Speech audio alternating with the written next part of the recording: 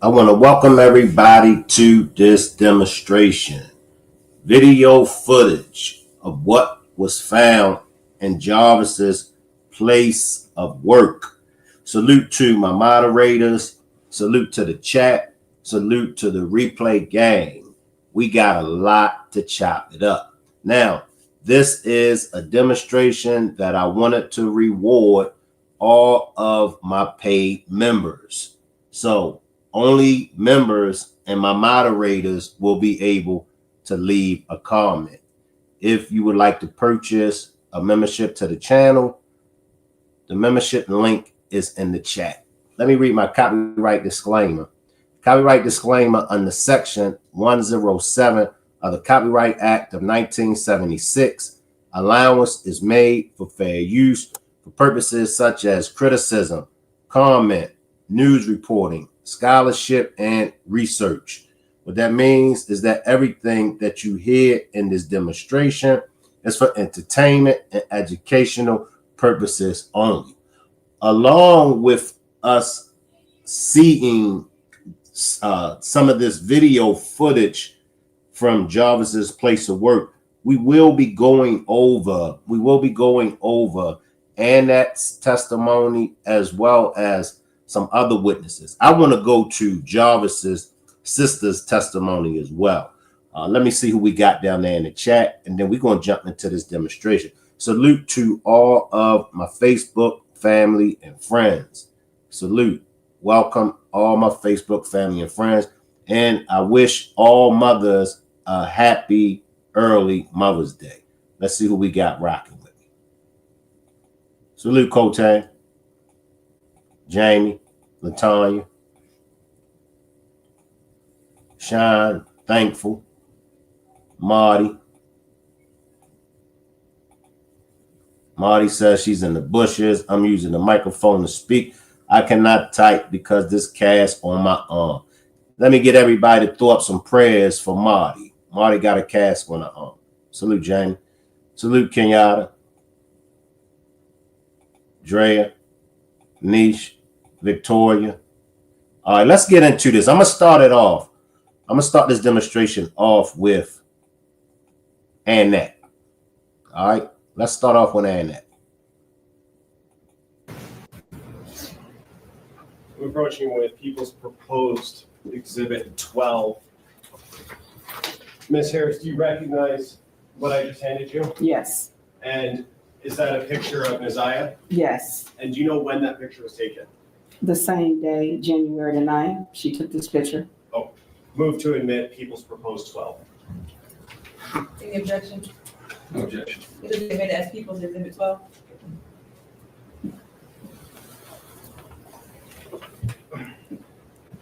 And when you dropped Maisha off at J.E. Clark,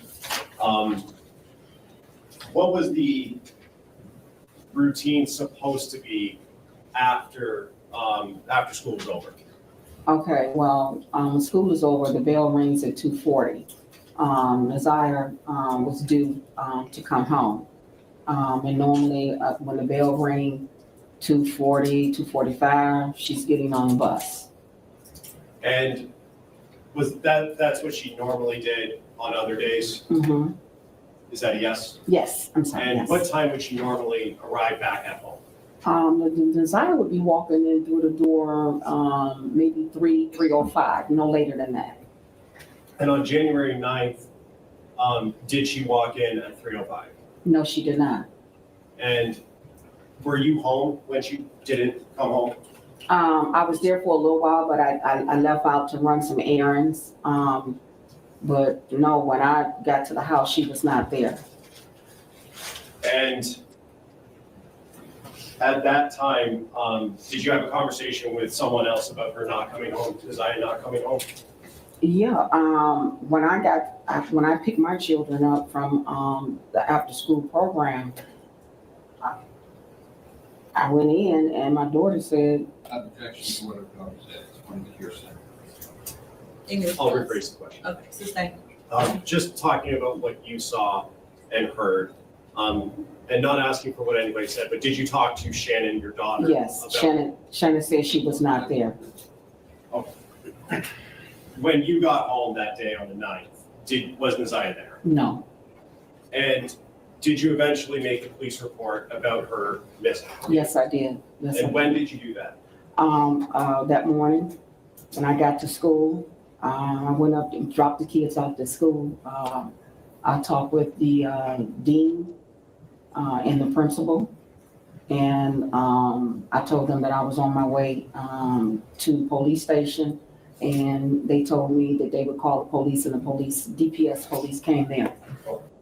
And we're going to stop it right there because everybody that's familiar with this case, everybody knows that she should have notified the DPD that same day. She waited until the next day. I want to keep that fresh in everybody's memory.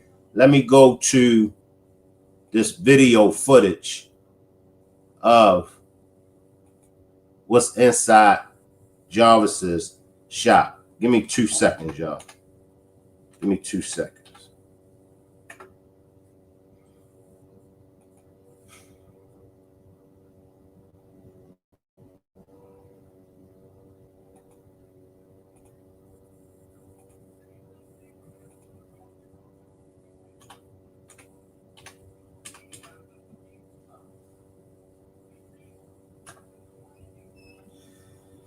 No, that ain't what I want. I'm coming, y'all. I think I got it. All right.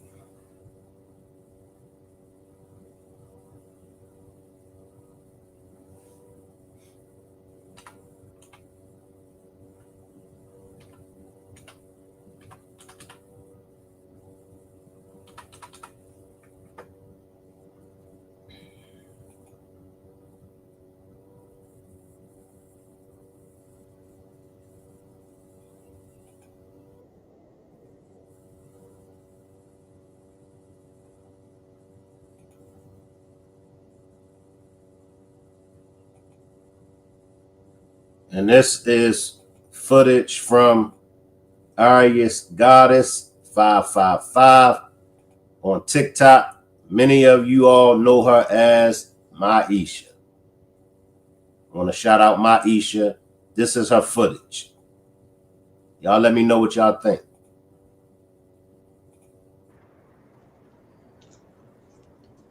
Looking around this room, can't help but see the traces of you. That's all I heard.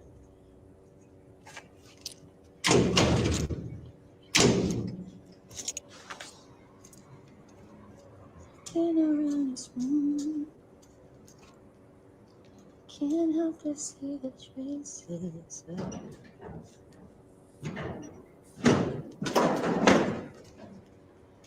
This moment is surreal. Can't put into words. Feel it's when where have you been? Heard. And there's more footage. Too bad, skin to skin.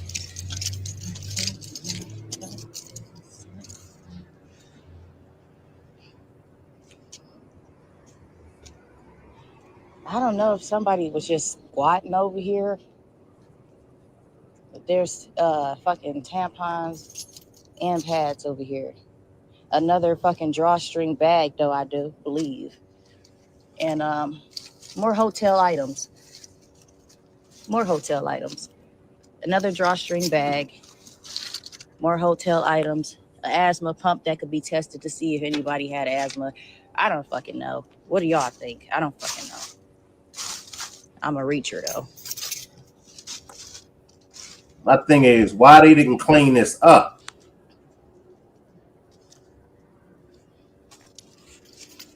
Some panties over here.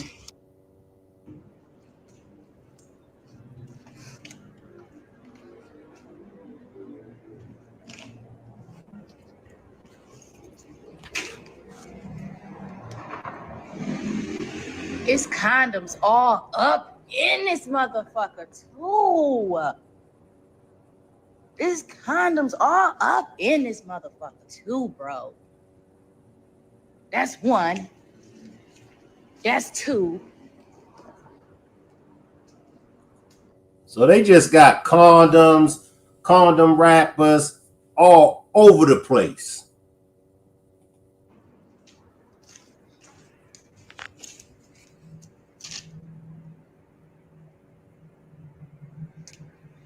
That's some burnt underwear. These is some burnt up fucking panties, bro. These are some burnt up fucking panties, bro. Burnt up, bro. Burnt up, bro. Burnt the fuck up, bro. I kid you the fuck not, bro. Fucking hotel items. Go, go, go, go, go. Go, go, go. Go, go, go. Go, go, go, go.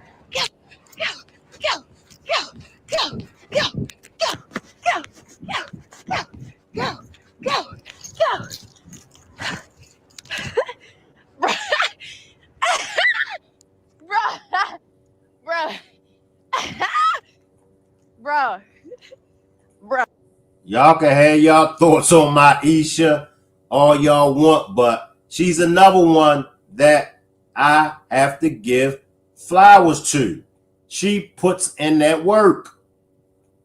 Shout out to Maisha. She puts in that work. Like I said, people say what they want to say about, certain family members. People say what they want to say about certain individuals when it comes to this case. People say what they want to say about certain content creators. However, the work speaks for itself. You can't deny her work. You cannot deny Maisha's work. Let me run it back, and then we're going to get back to Miss Annette. But this is footage of that shop. And as y'all can see, the last footage that I showed y'all, somebody is actually chasing her.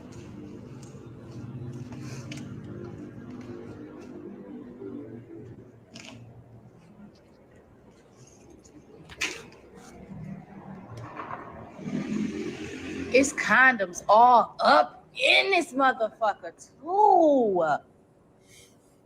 It's condoms all up in this motherfucker too, bro. That's one. That's two.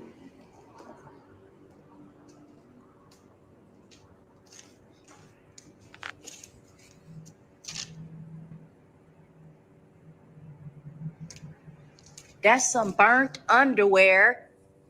These is some burnt up fucking panties, bro.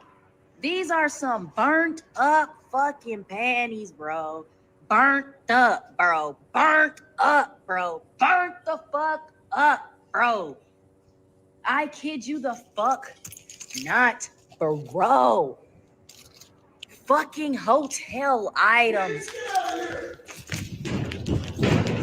Go, go, go, go, go. Go, go, go. Go, go, go. Go, go, go, go, go, go, go, go, go, go, go, go, go, go, go, go.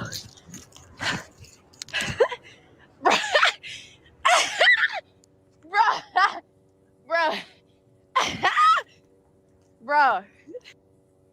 One thing about Maisha, Bro.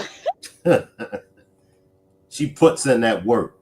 Let me see what the chat's saying. Kenyatta says, this video was after the building was abandoned, right? The shop is not operating at this present time. Just asking. I'm not sure. Maisha, if you watching, join me on the link. Join me on the panel, Maisha. Hit the link and let us know when did you actually get this footage. Because I don't want to put out wrong information. But that's definitely the shop.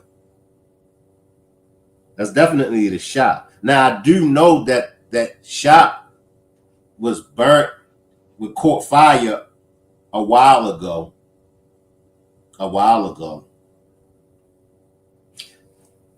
While we wait for Maisha, if she pulls up, let's jump to Annette in this trial.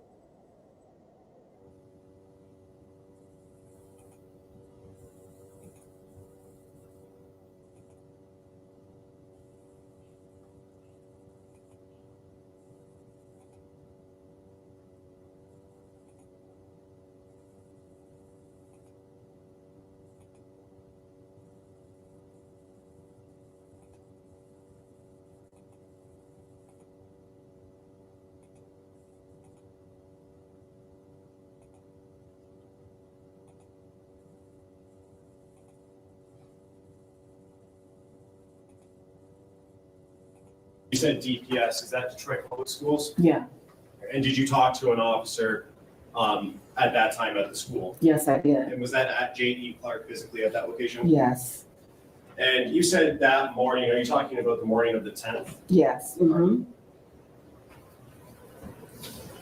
Was Naziah active on social media, if you know? Well, as far as I know, she was. I mean, there were times that she was sneaking, go on it, you know. But yeah, she was. And did you keep track of her social media pages like TikTok or Facebook or anything like that? I tried. A lot of times, you know, I would take her phone and stuff from her, you know, so, you know, to keep her from being on there, you know. And after the 9th, did you ever see any posts made by Naziah?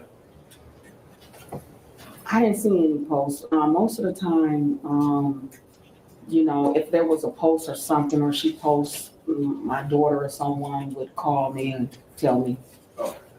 Have you ever heard, after the 9th, heard any communication or seen Naziah?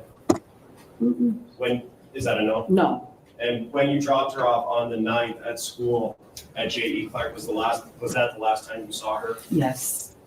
May I have one moment, please? Yes.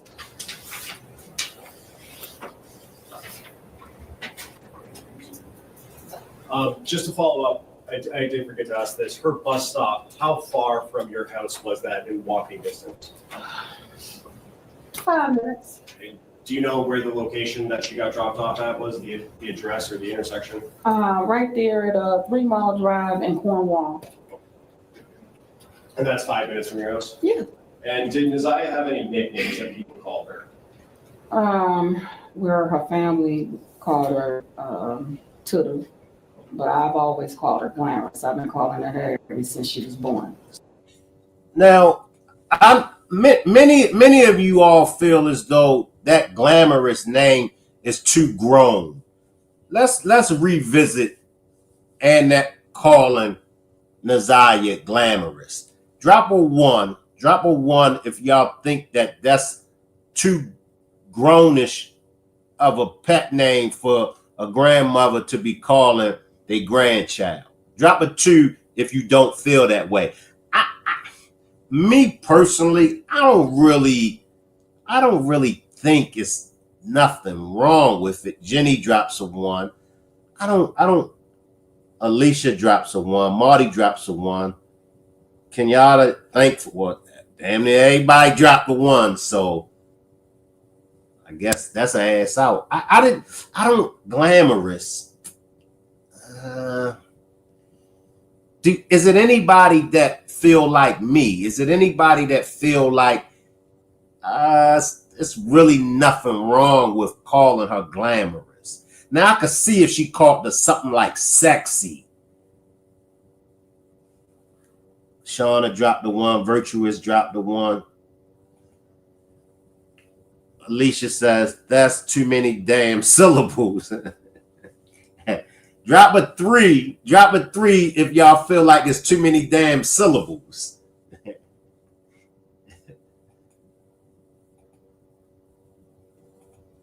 Jenny says, to me, that seemed like a name from back in the day. You right. Glamorous. Make as you make. You wonder how many. You wonder how Lady got. You wonder how Lady got her. You wonder how Lady got her nickname. I got you, Shauna. I got you.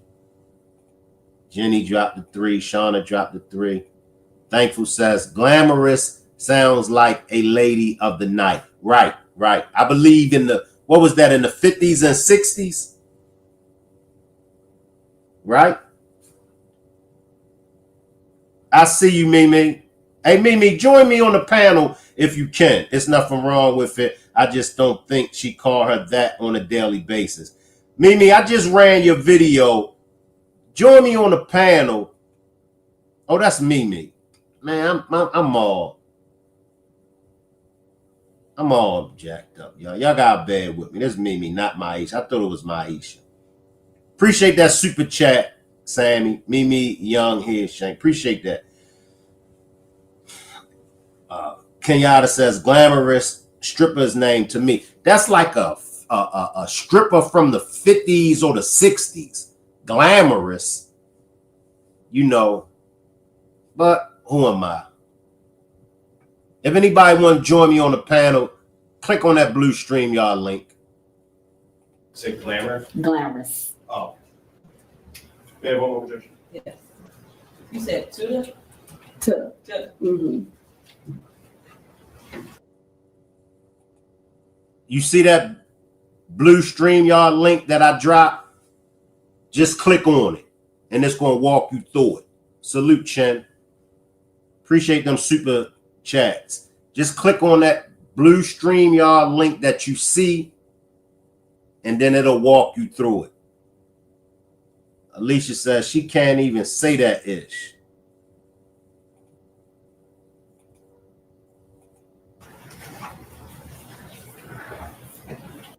Tired of typing tons of notes during class?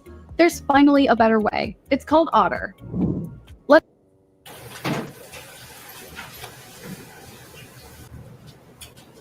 I know you're interesting. Okay, Ross. How you doing, Shank? What's good? What's good with you? Hey, when did you get that footage of the shop? That had to be January 17th. That was January 17th. Yep. Now, why I got you up here? Just clear the air for me. Why do you think people have a problem with you and your whole method and techniques on the way you go about raising awareness for Naziah? I've been out of box my whole life. I mean, I'm used to this anyway. People are not used to my character. I've been like this my whole life.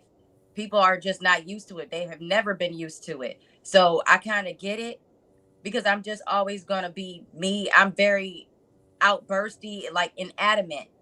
And when I got, kind of washed up in this stuff, like it was at a point where I was tired of seeing her face next to Jarvis's on my timeline. So that's when I said, you know what?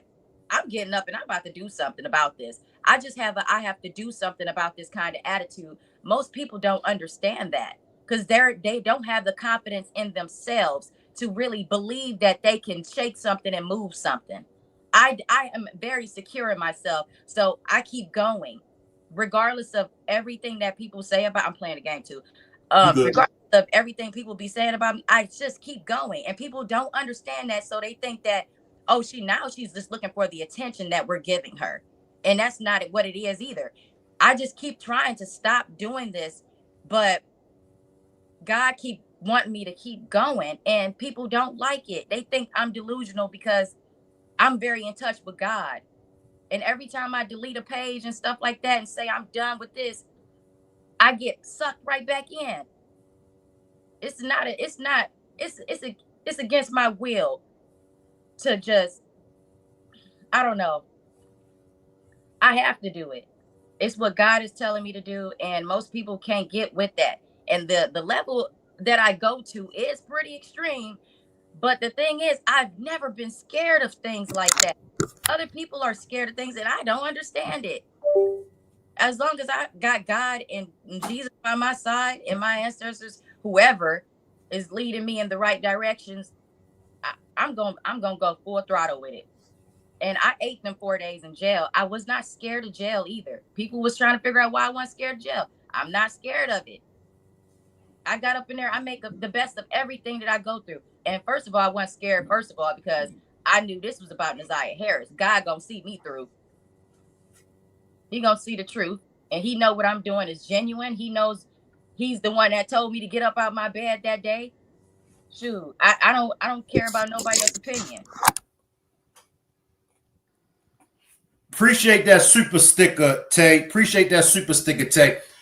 See, I'm in the same boat that you're in. Like, I get people, oh, you clout chasing. Oh, you doing it for views. I mean, the views and all of that just come with the territory. But why it just can't be, we see Naziah could have been one of our relatives. Why we can't just be doing it from the bottom of our heart, and it's just our personality? Like, that's your personality. If you get a chance to know us, then you will be like, damn, they cool after all. I thought they was on some BS.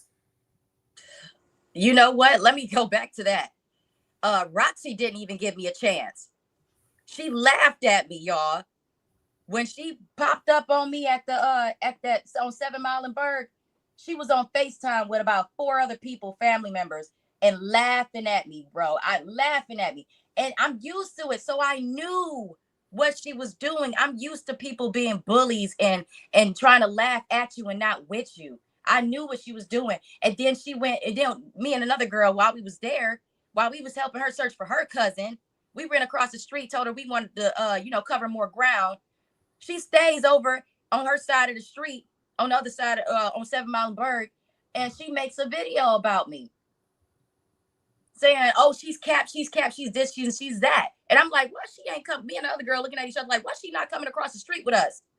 Because she was sitting there trying to be shady the whole time. She started the distraction of this all. She did that.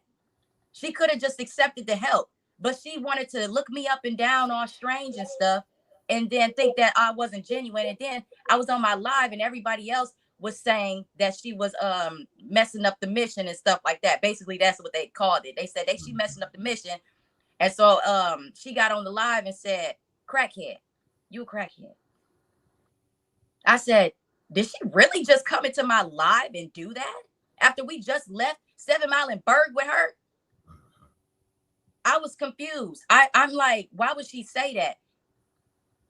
It hurt my feelings. It really did. Because I'm like, I'm a very genuine person. Right. Everybody that know me, everybody, high school, everybody, I can kick it with the best of them. They know I'm smooth with it. I'm cool with it. I know how to communicate with people. Anybody. I'm very genuine. I'm very down to earth. And when she pulled up, I called her an angel. I said, thank God you're here. You're an angel. I just met one of the family members, and I can help. Let's help. Right. Let's get something. Let's get something done, because the things that I'm finding, maybe it's crackheadish to you, but guess what? It worked, don't it? It worked, and it's still working to this day. Have you and Roxy, have y'all had a chance to talk about it? Well, I got on a panel one day, and I was just basically explaining what happened, and then here she comes. She pops up on a panel, and then she started, just talking down and bad about me. And you know how people do, they want to pick and choose sides. So they basically, I was letting her talk. I'm a very respectful person, but when you start lying, that's what gets me. She said something. Look, when we was out there on 7 Mile and Berg, this is what she said to me and this other girl. She said, let me take y'all to where I found them bones at. And we was like, bones? We looked at each other like we were not expecting to be in this position today. Like, we thought we was just looking for something, but we didn't think we was looking for no bones. So She said that, and she went and she called her family members to go grab 2 more shovels from Home Depot up the street. But then you go on Mark D podcast and you get on the phone with him. Oh no, she get on the phone with him before he get on the podcast. And she talking to him like, you know, what is she doing? I don't even know why she out there looking at anything. We already got everything we need. But why did you call your family member over there to grab 2 shovels from Home Depot? Buying shovels. Because what were you doing? Picking something up and replacing it? Moving it? That's what my thoughts was going at, because you were moving shady the whole time. And I have a good power of discernment. I can read people real good because I've been in Nazia's situation before where I've had to become hyper aware of everything around me and everybody who's in my face. My own foster mother was Annette, basically a kind of Annette kind of lady. So I know how to read Annette. I know how to read all of them. And she's sitting here trying to make me seem like I'm the dog that carries the bone and leaves it. No, I'm still picking that bone up and I'm carrying it. I'm still going with it. I don't care that you told me to stop and whatever. I'm still going to do me, because once I found out that you was moving shady, I said, I'm not working with her no more. I'm not going to try to talk to her no more. I don't care. After she continues to keep disrespecting me and people sitting here, you know, egging her on, when the whole situation ain't even about me. Get the situation off of me. So no, I know I don't want anything to do with her, because you should have just accepted the help regardless. I don't care. Do you think she knows more than what she's telling? She may. I'm not going to say that I think but she's just shady to me. So it could be possible that she knows more. And I'm pretty sure she probably does, because she keep giving money, taking it back, getting the money, taking it back. It's just so many text messages that's coming out with her and Vari, you know, arguing over money. And it ain't they money. It was supposed to be for the cause for Nazia, but they sitting here arguing about who gonna get the money, who need it and all that stuff. Like, that's not important. Most of the stuff that she's doing to me is not important. When she went to the city council and she protested, I was all here for that. I'm not gonna shit on nobody. I think that was the best thing that she ever did. I think the best thing she ever did was came down here and tried to step up for her family. I told people in the beginning, I said, don't disrespect Roxy on my live, because when she's the only person from that family that actually came down here to do something about this cause, and everybody, and then she flipped the switch. It's so crazy, because I talk so good about people and they don't hear it until after they didn't already said what they said. And I have to wash my hands with it. But I do think that it's something more that she can't tell us. It's something she's holding her tongue real hard. But she's also saying that Shannon and Jarvis got a tight-knit relationship, that is something that they can't say. But guess what? I know what it is. Them cameras in Annette's basement that they was getting off on, allegedly. But guess what? Yeah, it's all of that. It's a whole. Can I say certain things on here? Because TikTok, work out whatever you want to. Let it go. Come on. Thank you. Because TikTok been restricting me and all kinds of stuff. I can't say what I want to say. But there was cameras in Annette's basement.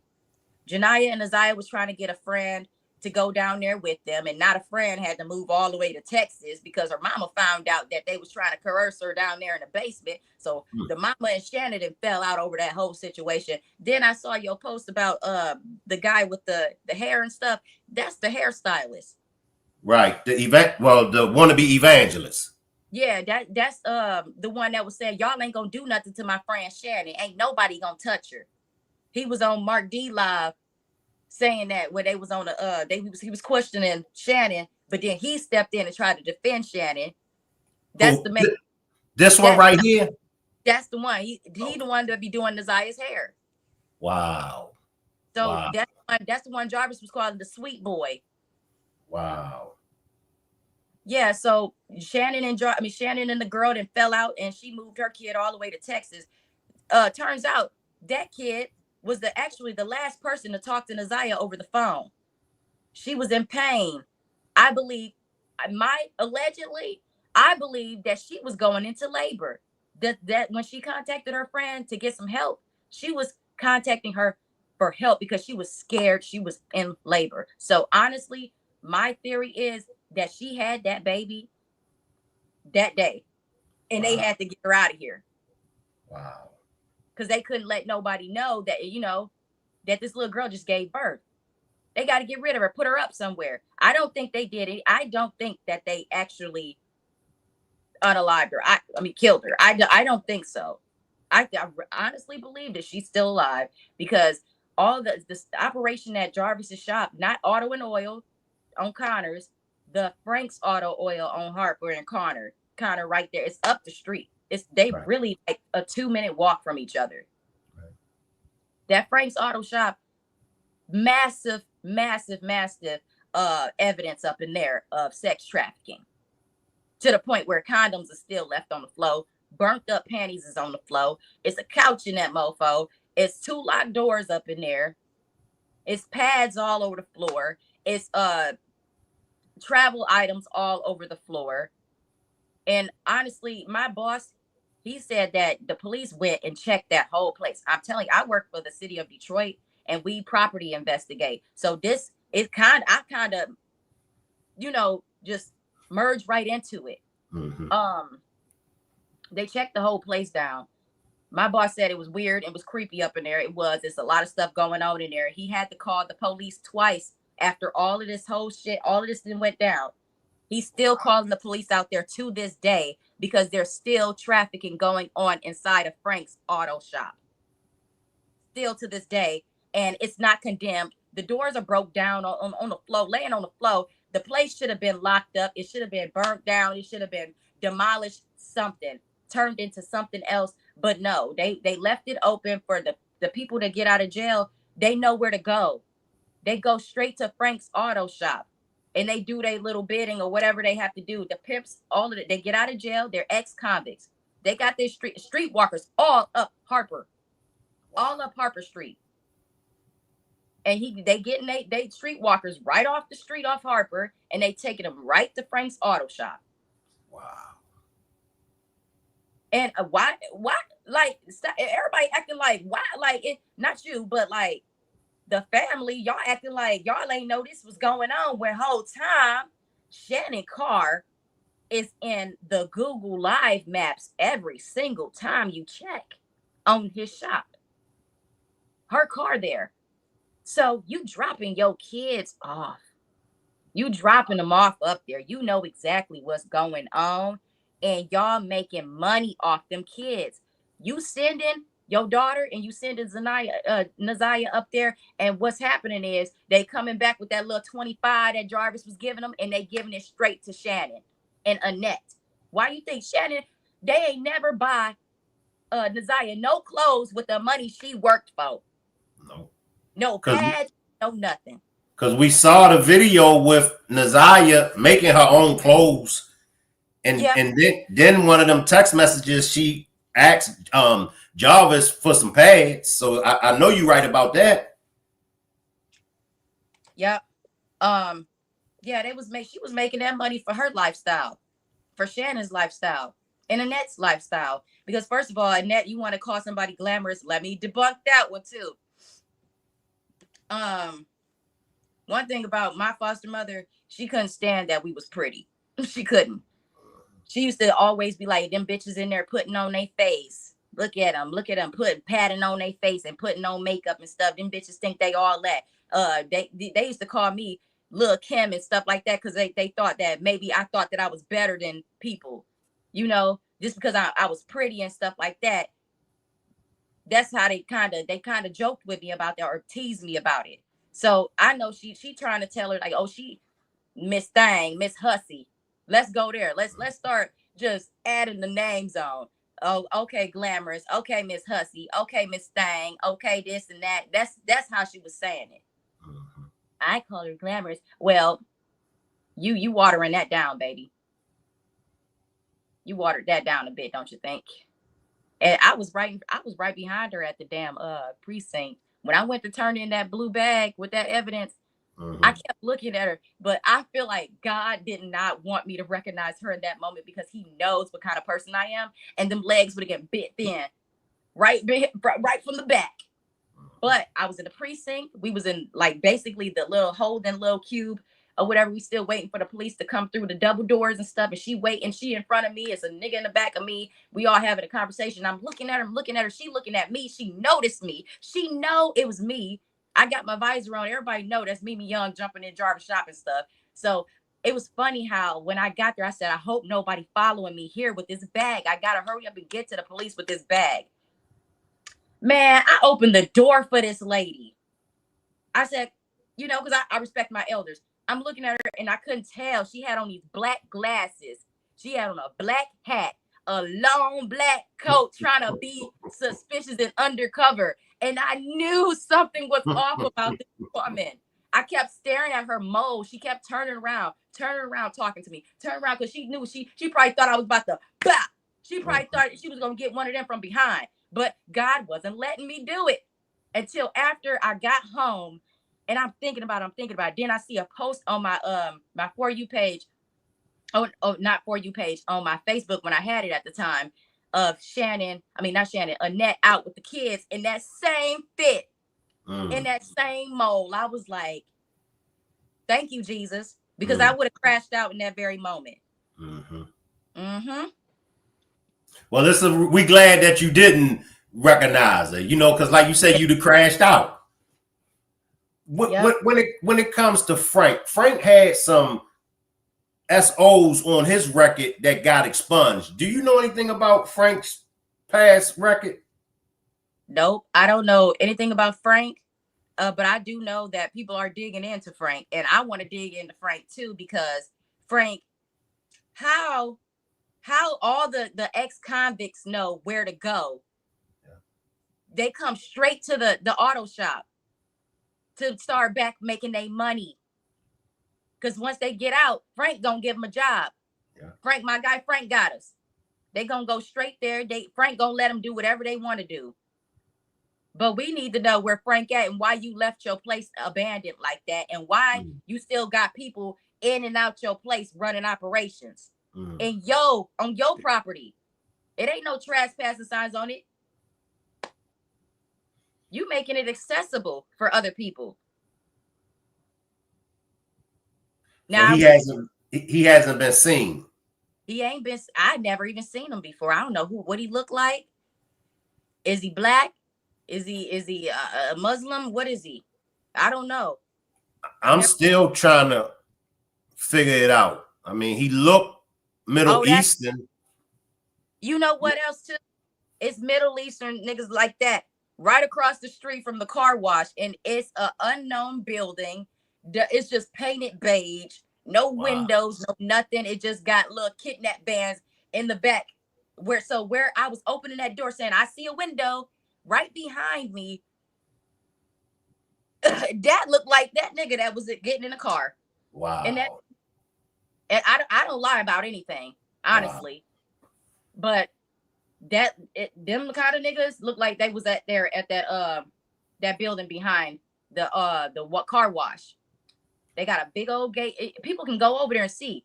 I don't know what kind of operation they running over there, but there's no windows, there's no information on there, nothing. It's just white vans in a gate. And so I'm thinking the whole time I'm on a Facebook Live, I said, hopefully they not looking at me. Hopefully they don't call the police on me. Hopefully. What about Marquita? Do you know anything about Marquita? Do you know much about Marquita? No. The only thing I know about Marquita is when I went to jail, 3 days later, the landlord came in and she said, oh, and Marquita said that Naziah was still alive and she had that baby. Wow. So Marquita said it, not Shannon. Marquita. Shannon ain't gonna say nothing right now. She ain't saying shit. But Marquita said it. And then the boyfriend said it. In my soul, I feel like she's still alive. And then there's some girl named Nova in Los Angeles. She's a streetwalker, basically a famous streetwalker now. She's an underage kind of girl. And she said that she got on live the other day and she said, I know Naziah. We talked. You know, I've seen her here. She's in Los Angeles. I don't believe anything until I see it. Right. So do I have to go to freaking Los Angeles? Because I will. That could be a whole trip for me. I don't care. I've been there twice. But you know what, Mimi? You ain't the only one. A lot of other people feel as though Naziah is still alive. For sure. And all them people, we need to get our boots on the ground. If you think so, I feel like everybody need to use their power, they love, their faith, and everything to get this girl back. Because my adrenaline is still rushing for her every single day. Every time I'm at work, I whip my car fast. Whoop! If I feel something, if I hear Naziah in my head, boop! I'm stopping my vehicle, getting out the car, and I'm turning on live as soon as possible. And people be like, "What you doing? Where you at?" I don't know where I'm at. I just felt like I needed to get out. You know what, Mimi? I've been wrecking my brains to find out about, because on Mark D, he mentioned a 40-year-old autistic man that inappropriate touched Naziah. I've been wrecking my brains. Do you know anything about this man? No. You don't? No. They haven't even put a face to him. So is he a kid? He was, what you say, he was 40? Well, this is what I heard from Mark D. He said it was a 40-year-old autistic man. So that's what led me to him right here, the evangelist. And then when he came on Miss Parker's platform, he called out this man. Where's that? Donnell Greer. That he definitely autistic. He got, hold on. I'm not gonna say autistic people look a certain way, right? But just by looking at this picture, my son is autistic. Let me say that first of all. Right. He got glasses on. Both of them got glasses. But look at this man's eyes. Autism people have a lazy eye that'll sway. It'll do that. That man, right? That's the dude right there. The first one that I showed you. That nigga right there. Gots to be. I 100% believe that. Appreciate that super chat, Alicia. Alicia says cooking and barbecuing shank. So they said that Annette, that's why Annette moved, I believe, from down the street up the street to get away from this 40-year-old or 23-year-old man, because nothing was done to him. Because how old was he at the time when he touched 20 something? Well, I heard Mark D say 40, but somebody in my chat said 23. So I'm not sure exactly how old he was. What is this man's name? That's what we waiting on. That's what we waiting on. Because I don't really think it'll be hard to find this man in Detroit. And that's why I'm trying to figure out, like, well, why? Because allegedly he was touching her before Jarvis. Is this man a family member? Is he a friend? Who is he to Annette? All I heard was he was a neighbor. They live next door to this man.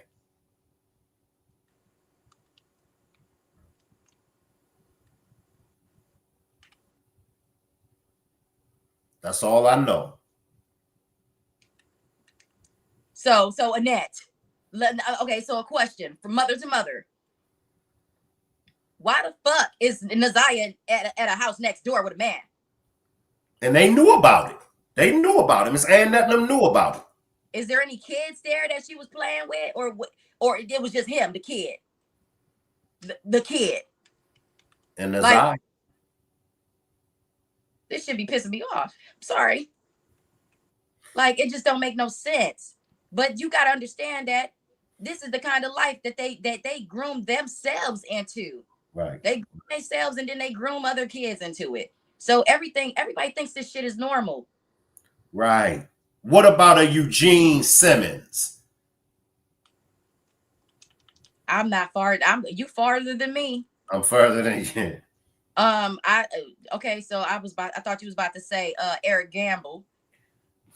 I like to believe Eric Gamble is the gatekeeper of the actual rabbit hole, because we saw the video footage with him and back in Nazaya, correct? Mm-hmm. What can you tell me about Eric? Eric Gamble, they said that he is a PDF file. That's his that's Annette's brother. Right. But why he in your house? Right. Like, this is what's messing me up. Like, she's aware of things that's happening in her house because she is the queen pin in that house. She the maiden. All she do is stay upstairs and let stuff happen downstairs. So whoever installed them cameras, it couldn't have been Annette. It probably could have been Shannon. But then on the same note, Jarvis was technical. He did a lot of technical things and put a lot of stuff together, plumbing or whatever, electricity and stuff like that. All the time, honestly, because my daycare lady, she used to work at the facility, actual facility, until she got her house facility. She said that Shannon used to be up in there all the time, grabbing her kids and stuff like that. And Jarvis used to be up there fixing stuff at the daycare. Wow. I'm like, you work there? Wow. But she didn't know that he was like that. Right. She thought he was just there to fix appliances and stuff. Has this type stuff been going on in Detroit for many, many years, or is this just something new that's going on in Detroit? It's normal. It's normal. First of all, because let me tell you my situation. My adoptive mother, she used to tell people on the streets, like, I can't wait to put them bitches on the street and make some money. Wow. She used to say this to people. And then some of the things we never even heard her say. And our neighbors used to come to us and tell us, yeah, she don't give a fuck about y'all. She wants to put y'all on the street and sell y'all. That's how bad. Because her daddy sold her. Wow. But then you want to get some kids, 7 of them at that, adopt 7 kids, 5 girls, and then think you gonna abuse them and put them on the streets.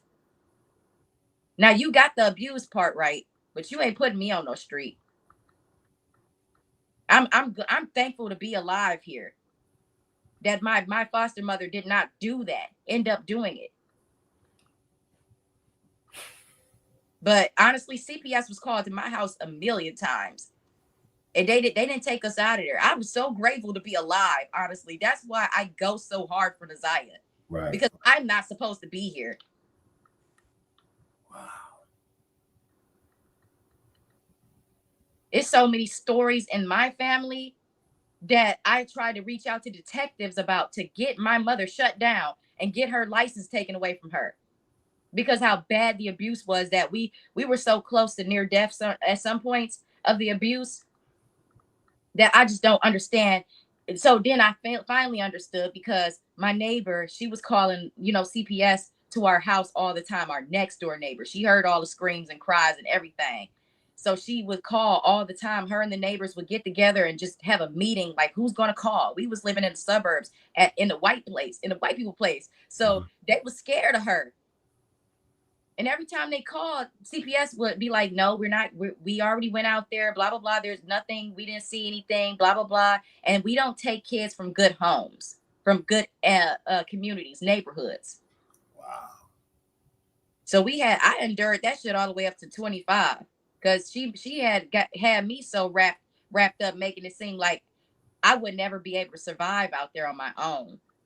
So it took me up until 25 years old to actually get out of my house. And I'm 29 years old now. Wow, man, this shit is sick. So I go hard for all the kids in foster care, all the kids that been abused, touched. I've been touched. That's why I got adopted. Shoot. They had to call the feds up into my house. They found me in a closet getting touched on by a man. They didn't even who's this man?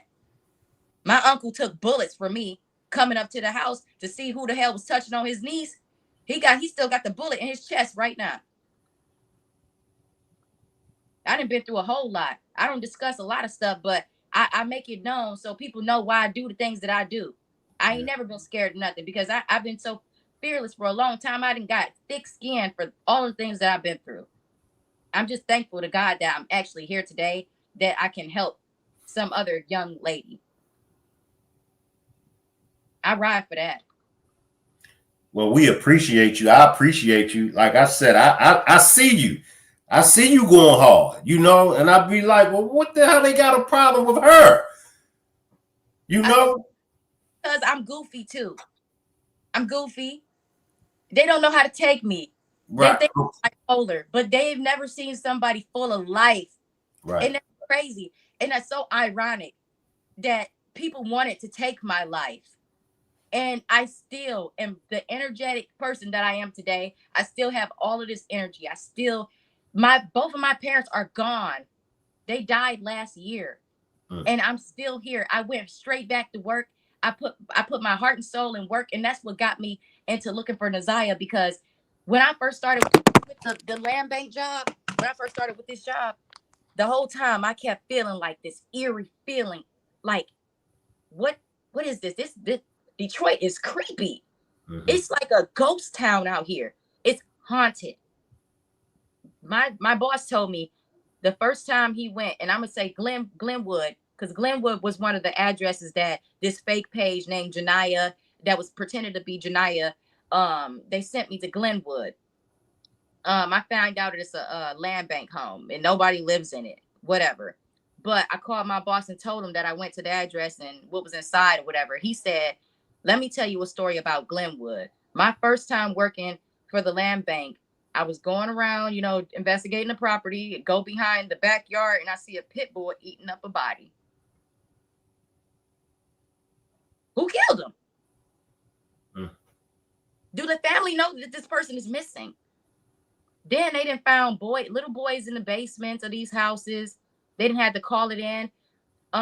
Basically, we find all of the horror stuff, and we have to call the police. So our division, they call them brown people. We the brown because we wear tan to work. We're supposed to wear tan, but we're the investigators. We work hand in hand with the police. So if we see something, we have to report it because these houses are owned by the city of Detroit. We have to do that. So when I went to jail, they was mad at me. They said, "What she don't think we doing our job or nothing." Like the police mad at me too. They don't like me either. And then some of them are good people, and they asked me. They say, "Why don't you apply for the job?"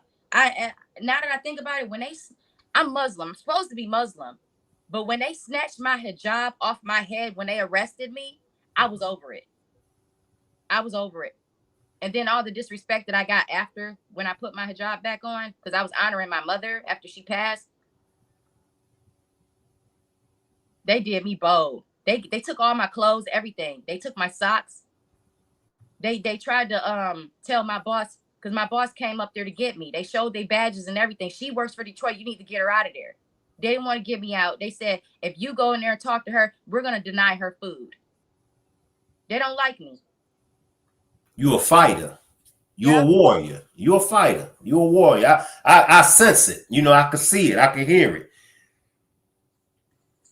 Talk to me about the state of Michigan charging Jarvis with the unaliving of Naziah, but there's nobody.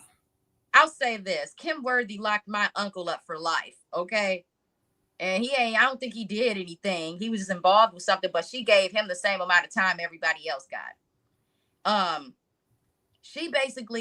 She in so much shit right now. She just trying to get cases over with and get her money and get paid. Yeah. So basically, I think she just trying to wrap this up. She got a lot of shit she got going on right now too. She involved with Diddy cases and all kinds of stuff. She about to go to jail. Yeah. She getting wrapped up with a whole bunch of corruption. So I don't believe nothing she say either. That's why I say when people keep on saying, "Are you going to trial? Are you going to the trial?" I'm not going because I don't believe nothing until I see it. I'm just that kind of person. That's why I get my boots on the ground all the time because ain't nobody gonna tell me the truth unless I see it for myself.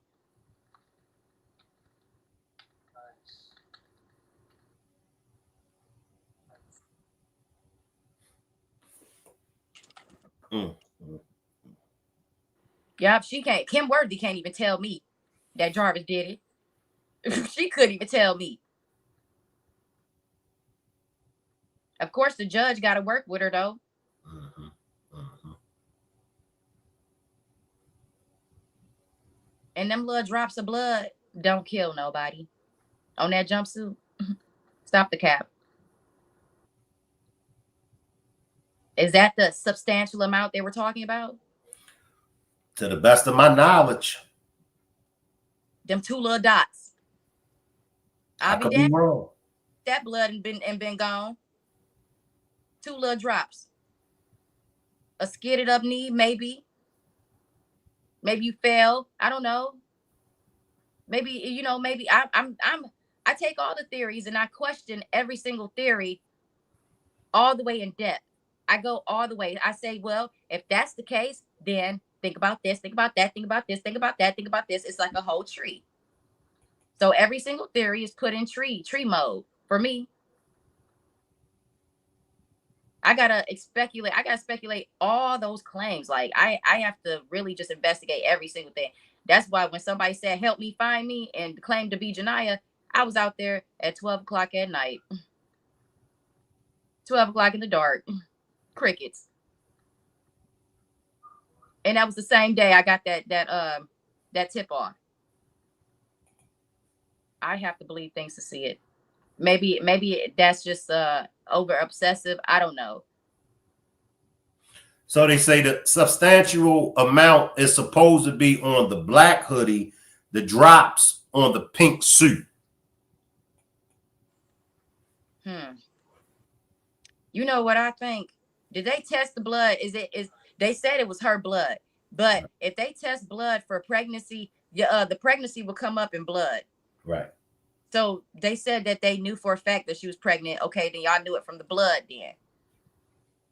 Wait. Let me stop there. How did y'all know? How did y'all find out, investigators, that she was pregnant? Did y'all go from the blood sample on her clothes, or did y'all just look at the text messages and everybody else assuming that she was, and the friends, they report and all that kind of stuff, they statements? Is that what y'all figured it out by?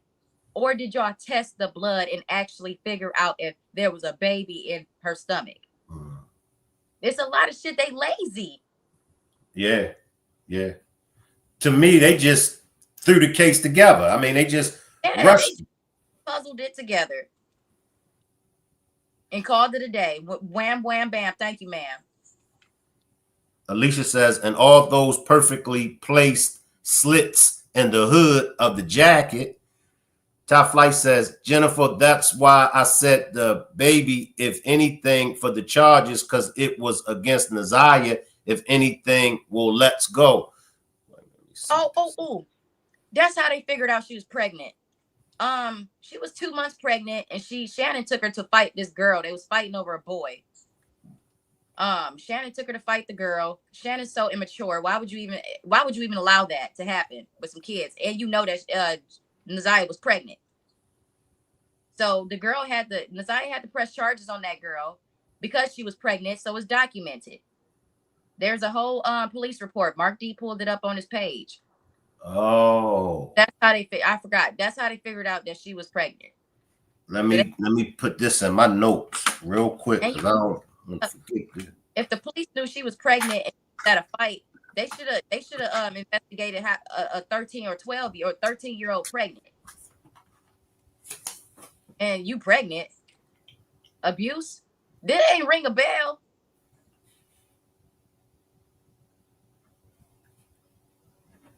Yeah, go to Mark D. His podcast. He got a whole segment, and he pulls up the police report. Mm-hmm. So it's documented that she's pregnant. Yep. So look, 2 months, and then here comes school rolling around September. So 1, 2, September, October, November, December, January. She was 7, almost 8 months. The baby was coming. By January the 9th, that's when she went missing. She told her friend on January 7th that her stomach was hurting so bad that both of them was having anxiety attacks. They didn't know what to do. Wow. Nobody was answering the phone. Not Shannon, not Jarvis. So I believe they might have had to put her up. That what the last time though that she was seen on the camera though was January the 9th. That day though. Right. So it had to be like she had to be going into labor for maybe a few days, because you can do that. I was in labor for 2 weeks. So it's possible. Oh, you can go into labor for days? Yeah. I didn't know that. Yeah. Your water leaks, it leaks slowly, your stomach start cramping real bad. Like it's excruciating. It's almost like having a menstrual period. But worse, way worse. And then if you're not taking care, like you might just bleed out. Wow. What about Lady, Nazia's mom? She been a little MIA for me. I know she probably don't like to be in the cameras and stuff like that. Are you just ashamed? What is it? Because are you going through guilt? What is it? Because we would have surrounded you. Stop shying away, because everybody ain't like that. Because I don't judge people. Like, I understand you went, my own biological mother was a crackhead. Okay. She was on all kinds of drugs, and that's how she couldn't keep us. But I didn't judge her. I never judged her. I kept her in the back of my head and stuff like that. Blah, blah, blah. I didn't meet her until she was getting ready to die, but never judged her. And it's not like people out here trying to off you or nothing like that. We would have been your haven. We know you ain't do it, but still, it's a lot of stuff we don't know. So you shying away, it's gonna make us kind of look at you and what's your motives? And did you put her in Chicago or wherever you at, Ohio, wherever they said that she lived, Ohio? I think it is Ohio. I think it was Cincinnati. I'm not sure. I think so. And girl, that's only 2.5 hours away. So get your ass back over here to Detroit. Get on the TV and say something.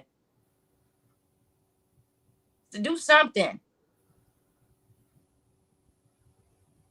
I don't know if they even on TikTok. Is they even looking at what's going on, or is they watching what I'm doing and just sitting there thinking, look at this dummy, bro? I don't know. I think they be in your bushes. I think they watching you. They definitely watching you. Yeah. You know. But one thing I do know, I don't be disrespecting nobody. Mm-mm. But I keep on seeing motherfucking Roxy and her mama keep coming up there saying stuff about me. They ain't got none documentation saying that Mimi Young is schizophrenic or bipolar, anything. You don't have none of that. So please tread lightly, because I done already told you to cease and desist. Honestly, because everybody can get the hands. Roxy's mother, Kenya, be speaking. Yeah. You heard me? She do? I don't know. Was she on this page speaking on me? She said, and that girl Mimi. I was watching video. I don't know if it was yours or it was mine. It was mine. Yeah, at the end. And that girl, Mimi. Yep. Kenya, pull up in the chat real quick.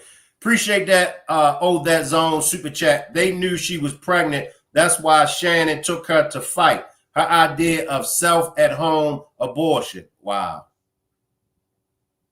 Wow. What about the hotel? You got any information on that hotel? one of our supporters came out there and did like a little ETA and how far it would have took her to walk to this the hotels and stuff like that. Mm-hmm. Honestly, I don't. If I was walking, I'm gonna take a walk. I'm gonna take a walk from Cornwall all the way from that bus stop to the to what's it called, to Frank's Auto Shop or the Auto Oil, the gas station, to see how long it really take to walk. Because what's his name, King was saying she was walking and we picked her up, but it was like the middle of winter time. She was, I don't think in the summertime, I do believe she was walking back and forth to that shop. I don't know where she was off of, if anybody was taken to her to the corner, or she was getting on a bus. It ain't nothing to get on the bus over here on the east side and be right where you need to be in 2 seconds. 2 seconds. And Cornwall, I mean, in that shop and that travel in is 5 minutes away from our house. And that's a driving. You went out, me. Can you repeat that again? Appreciate that new membership, Queenie. I said, the Frank's Connors, the Connors and Harper area, that's 5 minutes away from here, driving. Mm-hmm. Well, I do know all of them items came from that hotel across the street. And that bag, that blue bag. Wow. And at the Travel Inn, though, it's a spot. Oh, I think that was the other place that he was taking Naziah. It was another place. It was two, Travel Inn, and it was another place that he was taking her. I forget the name of that place. Somebody gonna pull it up. But I forget the name of the place. He was taking her to another place, and one of my supporters went and she did a little walk around or whatever. And basically, it's like you pull in up under the little drive up under, like a drive-through kind of thing, up under the viaduct kind of thing.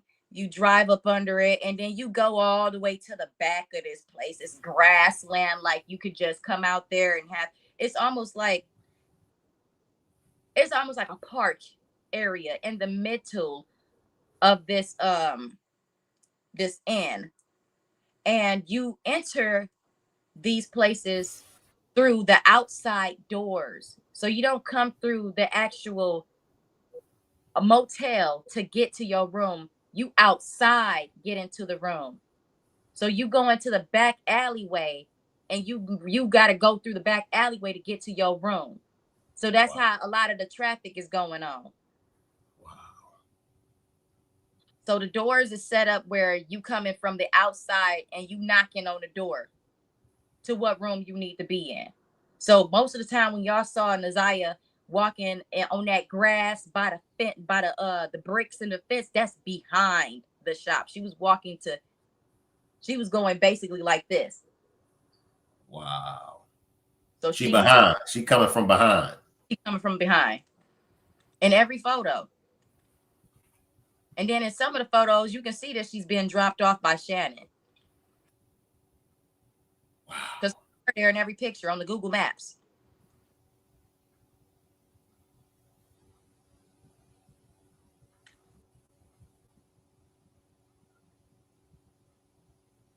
Wow. Appreciate that membership, T. Warner. Appreciate that membership, Warner.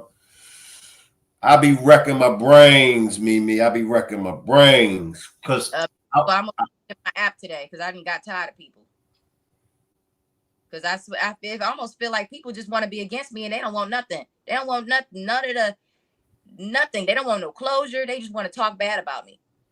Y'all distracting yourselves. Right. I'm not trying to distract myself. I'm trying to keep going, but y'all keep on trying to tarnish my name and defame my character. Everything that I do is genuine. If I wanted to be famous, I would be pushing my music right now. If I wanted to be famous, I would be selling my art on my wall. If I wanted to be famous, I would be getting into my photography bag. That's how I got the damn job in the first place as a property investigator. Went to college for it and everything. Very highly educated.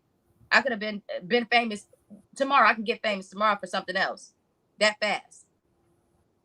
I'm not trying to get famous off of the situation at all.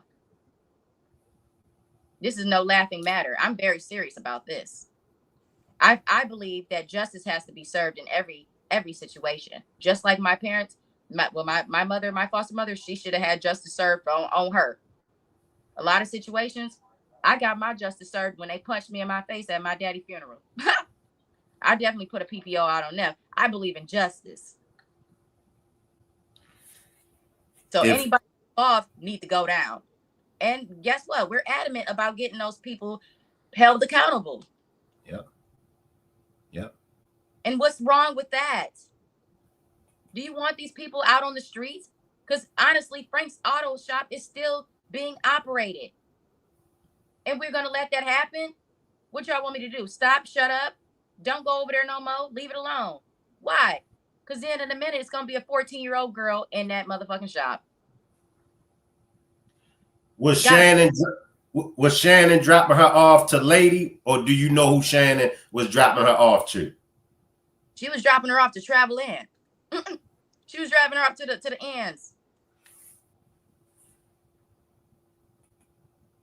Nazaya ain't stand a chance. Yeah, because you got Shannon. She's so immature because she never grew up. She's still in a kid mindset. She competing with a kid. Arguing about hair, petty shit. Over a man.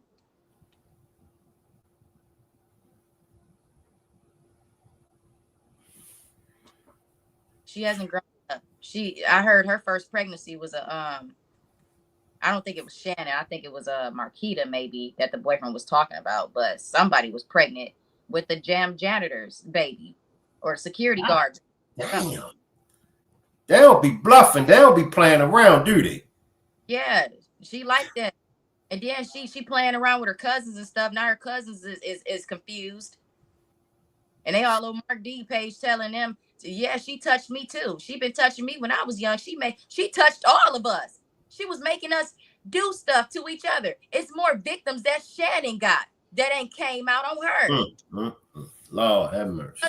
The only victim that came out on Shannon. Why Shannon ain't in jail? If we can put Bill Cosby, we could put Diddy and R. Kelly and Harvey Weinstein in jail for their past offenses. We can do the same for the regular bitches in Detroit.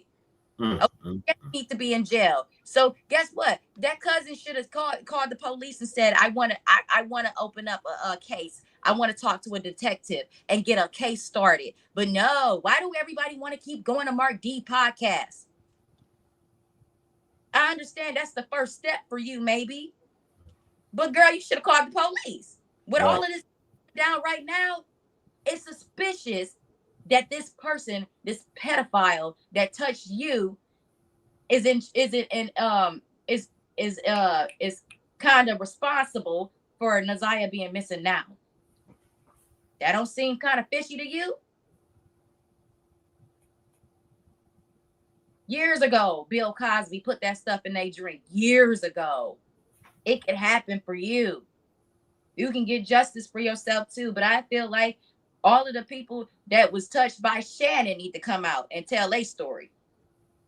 We need to start painting Shannon in the same light that we paint Jarvis in.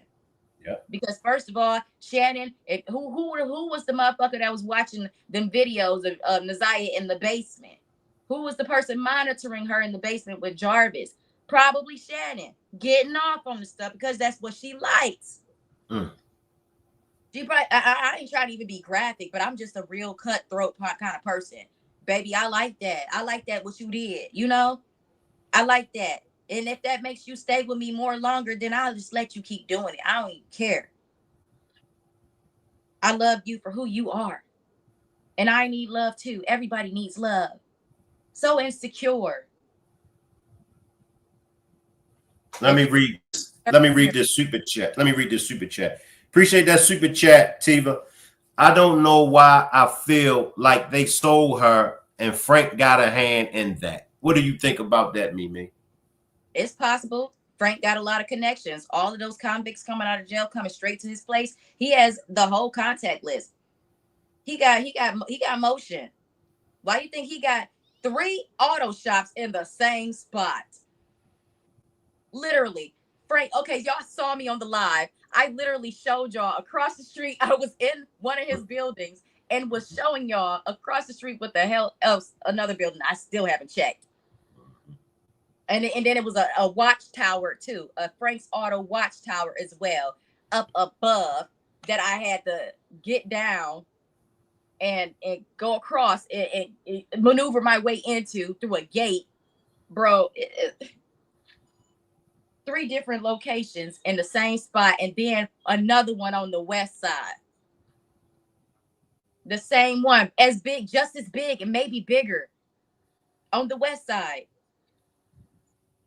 So who knows? All of them places probably operated right now. Yeah. And then you don't know the dudes that's coming and paying these girls. You don't know these men probably got fetishes and kill fetishes, bro.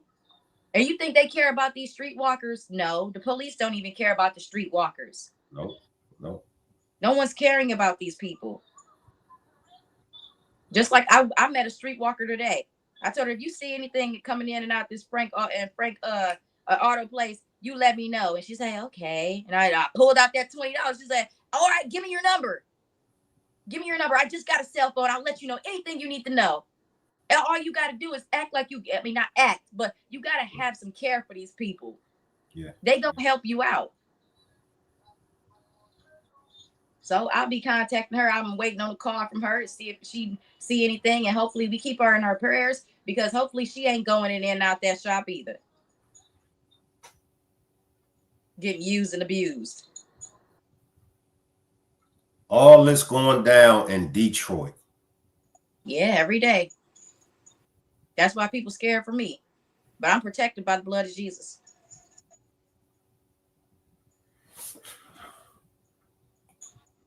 Especially when you do the Lord's work. And anybody. And that's what I'm saying. Like, for you, they really don't know that you putting your life on the line. They don't, and that's why I'm be sitting back and be like, y'all don't understand. Do you really think Mimi is doing this for clout? I mean, do you think she's willing to put her life on the line for some goddamn clout? Like you said, you can resort to your music. You can resort to your art. There's all kind of things you can resort to get some clout that'll be safer than this. Yep. And I got to let me run it for those that's in the back that don't get it. This Mimi.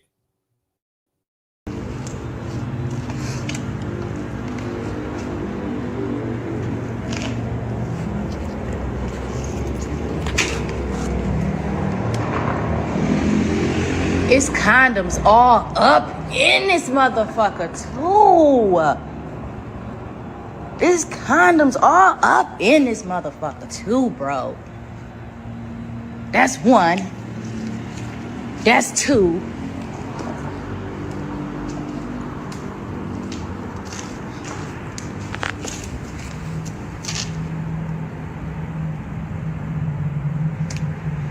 That's some burnt underwear. These is some burnt up fucking panties, bro. These are some burnt up fucking panties, bro. Burnt up, bro. Burnt up, bro. Burnt the fuck up, bro. I kid you the fuck not, bro.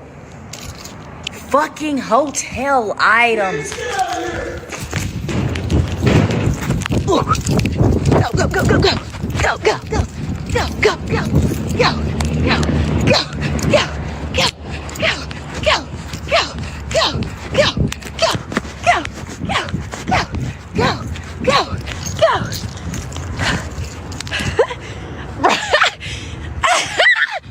go, bro. Tell us what that experience was like, Mimi. Well, it's always an adrenaline rush because, you know, you in there and anything can happen and you don't never know who gonna pull up on you while you on live. So it's just like almost like at any moment, somebody gonna pull up on you and you always got to be aware of that. But this time, when he said, bitch, get out of here.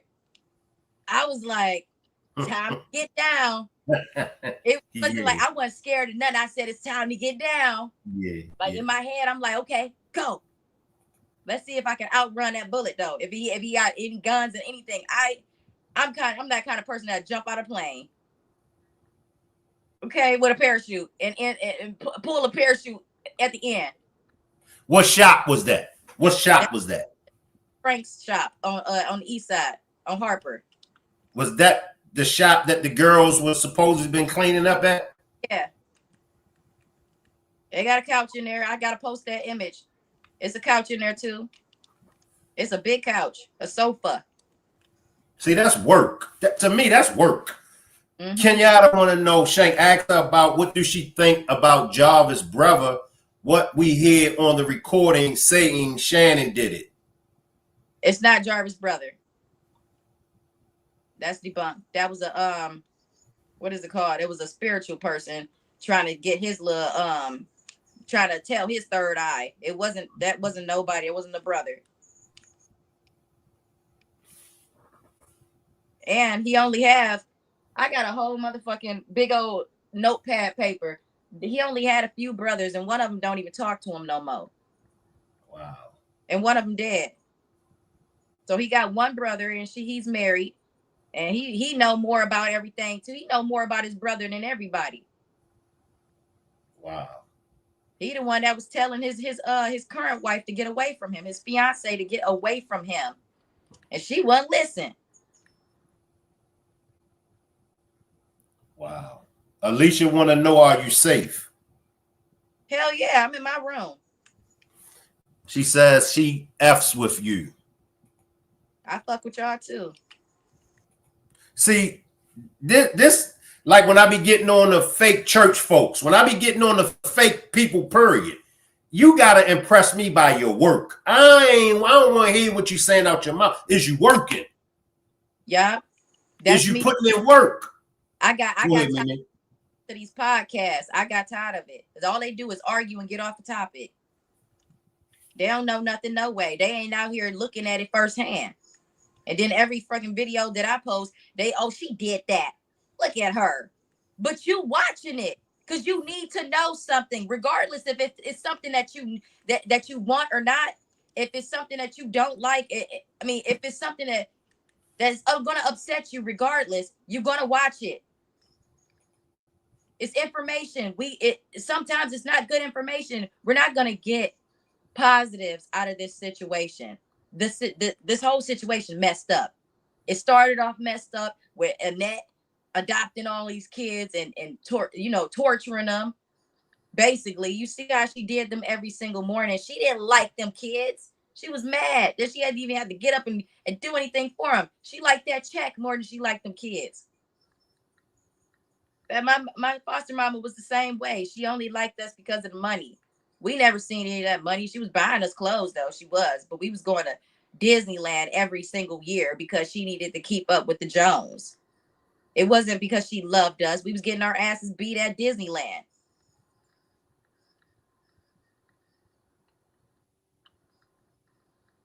I heard you telling somebody, you need me. You eat off of me. I am your content. Oh, yeah. I said that. Mm-hmm. It sound like me. Yeah, because honestly, people are trying to take my videos and when they get an answer that they don't like somebody today said is Naziah dead? And I felt like that was kind of disrespectful because we in the process of trying to have faith and keep the investigations going in a safe way. But when you put that kind of stuff out there, I don't like that because it's definitely in the power of tongue. I don't want to believe that yet until I see it. Unless the police then said that they found her, I'm not believing nothing. So I'm going to say I believe that she's still alive. I'm not going to say that she is alive because that's good. Y'all making it seem like I got something to do with it.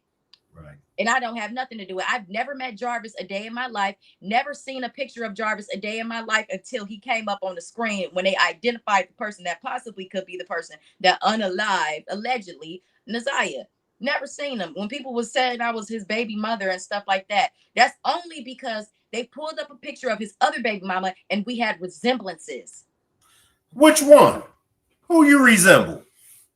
Not the twins. It's a skinny chick. She got the same kind of bone structure in her face like me. Which one? You don't resemble none of them? Not none of them. Her name is Mercedes. Mercedes Robertson. Mercedes. Okay.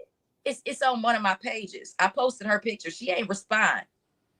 So girl, why you letting all these people think that I'm you and you ain't saying nothing? She letting me take the fall for her having a baby by Jarvis. And never did I ever say I was ever pregnant by Jarvis. Let's debunk that too. Never did I ever say. I would be damned if I was pregnant by that man. Shoot, my baby daddy is Jonathan Thomas Reese III. And all that documentation was posted too. But people still want to believe what they want to believe, even if they look at the proof. So believe what you want. If you believe I was a turtle, then believe it. Appreciate that new membership, Santiva. I'm going to say it again. I just don't know how they discredit you from the work that I've saw. You know, people be jealous, honestly. And it's so messed up. Like you got to find jealousy in a situation like this. Why even put yourself in your feelings about what other people have and what they got going on when the whole mission was to find the babies? Yep. That's it. Don't. And let me say this. Everybody's personality is different. The way that everybody move is different. You got to respect the next person's personality. You got to respect the way they move. If they putting in work, you got to respect it. And still work too. Shank, let me tell you something. I visit about 200 properties every 2 weeks in Detroit. Do you know how many abandoned houses? They giving my name out to the CEO of the Land Bank headquarters in Detroit downtown because I'm that bitch. I'm the only person visiting every single abandoned house, making sure these people are doing their job with these houses that they appointed me. I'm that person who's doing that. And I still take care of my autistic child, my other disabled daughter, and still do all of this in one day. Wow.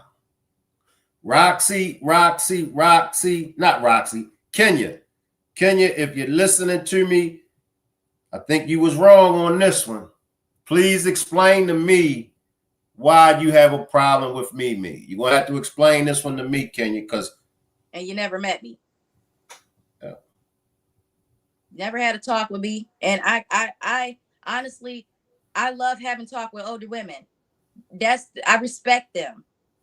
If you was to come to me and talk to me and have a conversation, I would have respected that more than you saying that you judging somebody about issues when you ain't got no reason to judge nobody. Your whole family got issues.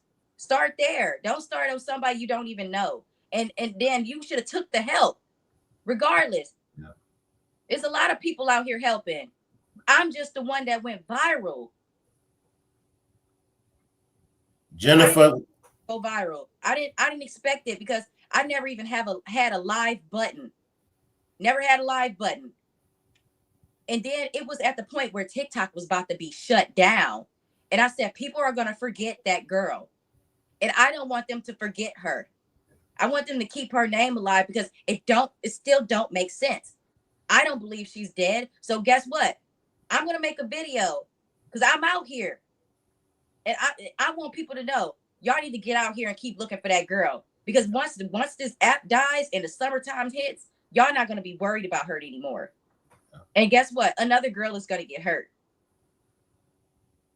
And we're going to be looking at the news again.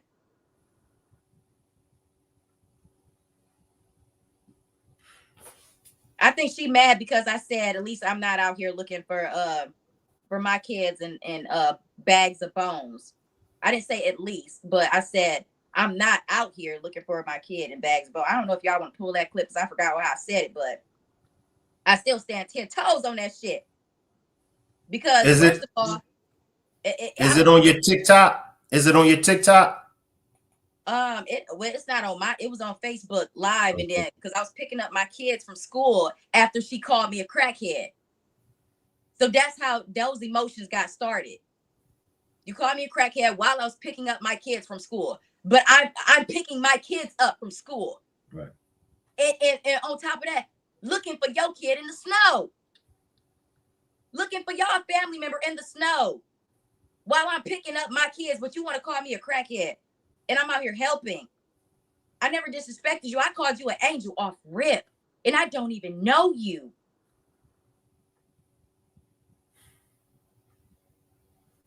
I come with genuine feelings up front until I see you moving shady.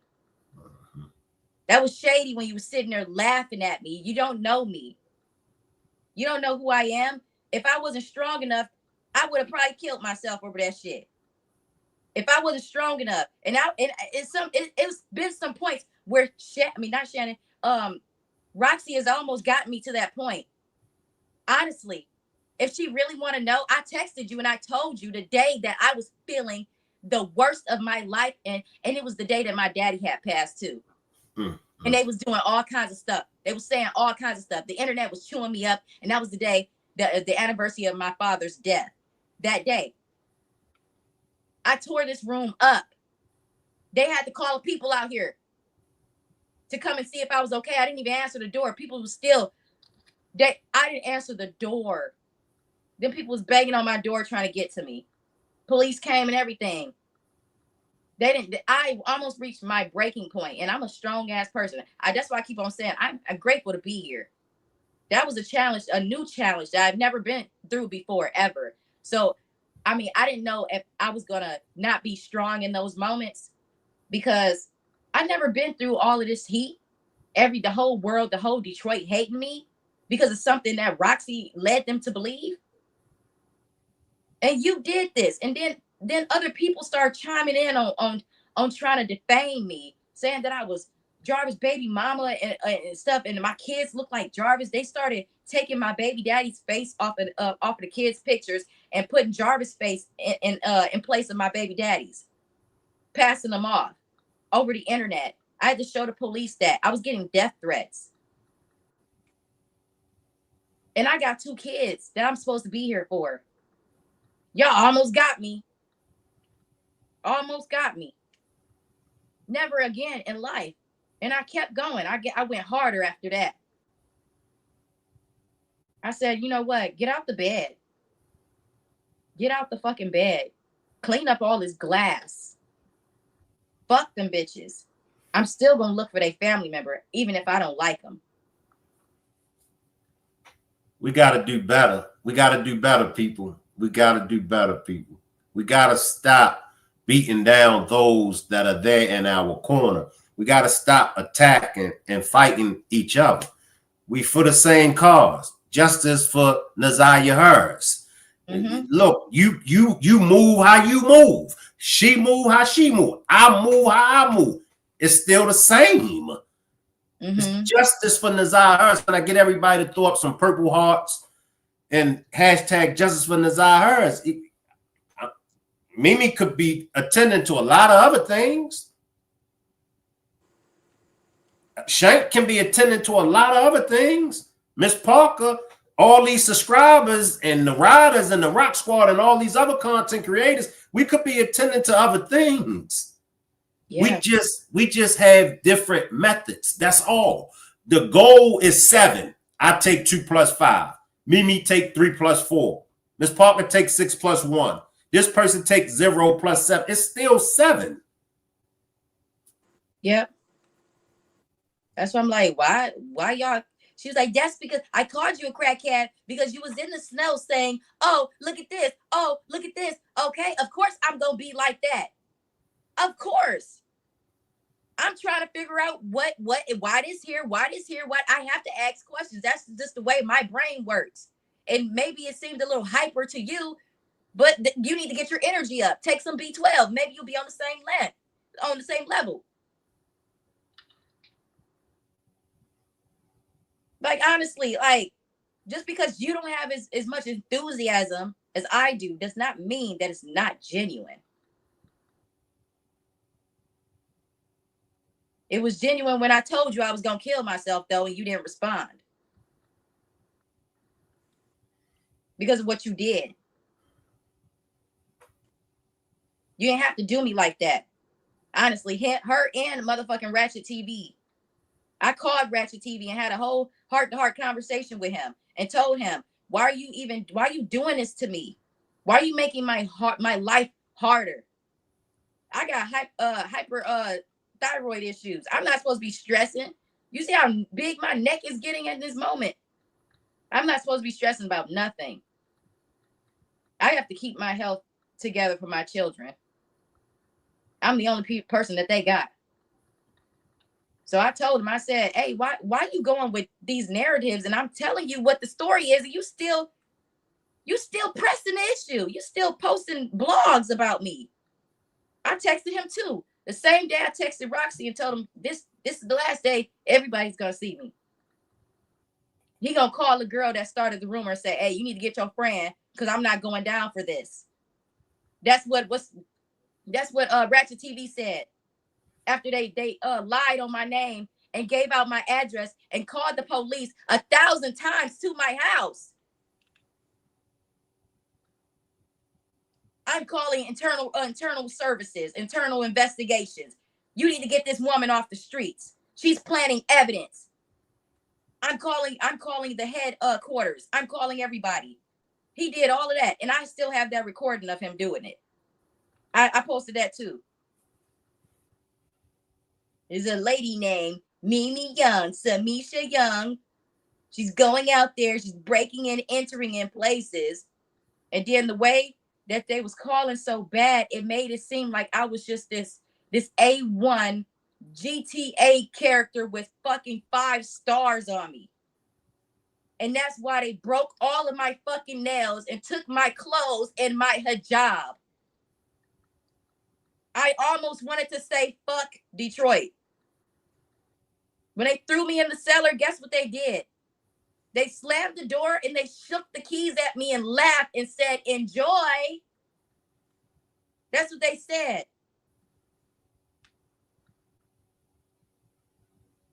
But guess what? I ate them bologna sandwiches like it was nothing. I ate them days. I'm sorry that you had to experience that. I'm sorry you had to go through that, you know. I told people in the beginning I was never scared to go. I was very much so prepared. And I feel like the family should respect that more. Neither one of y'all went to jail for duking Shannon up. And I would have been, if I was the family member, I would have been in jail for doing that.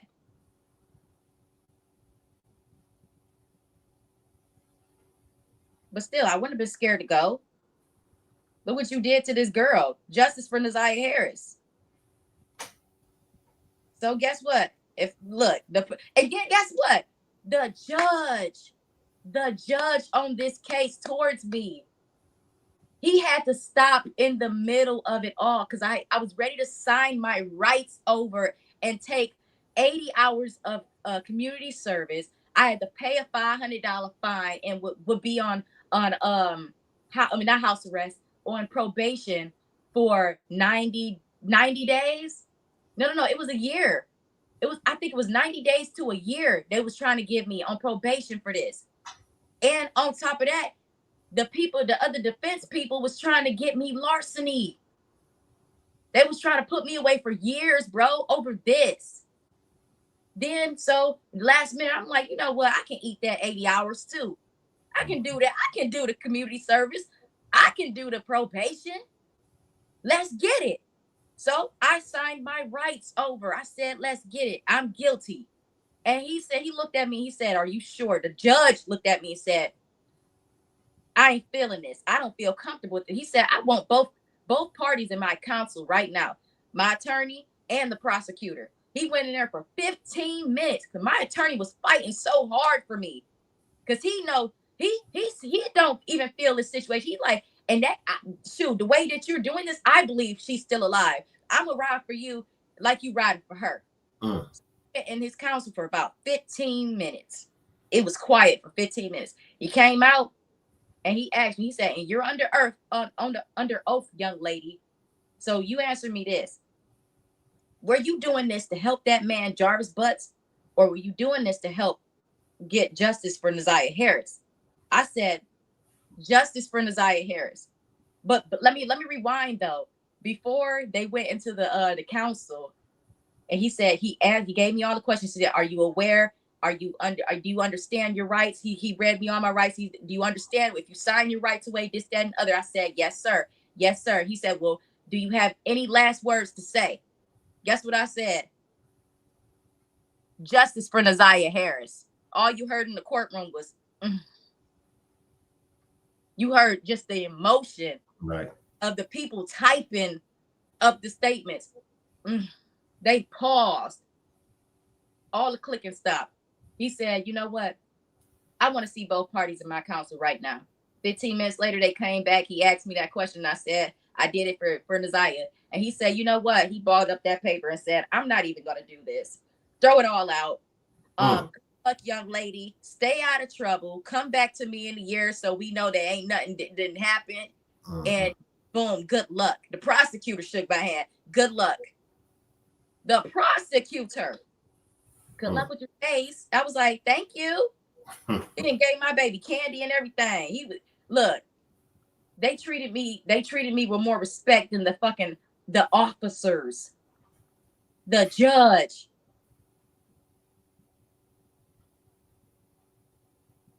That's that day I came up out that jail court. I mean, out that court with a smile on my face and made that one video. Mimi Young all the charges have been dropped. I didn't know what was gonna happen. I thought I was about to sign my life away for a year. And I was perfectly fine with doing it too. So whatever her name is, what is her name? Kenya. What is her name? Kenya. So Miss Kenya, what you think about that? Would you have done that? Would you have signed your life away? Roxy, would you have signed your rights away, your life away to the city of Detroit? Would you have done that to the state of Michigan? For your baby, for your family member, would you have done that?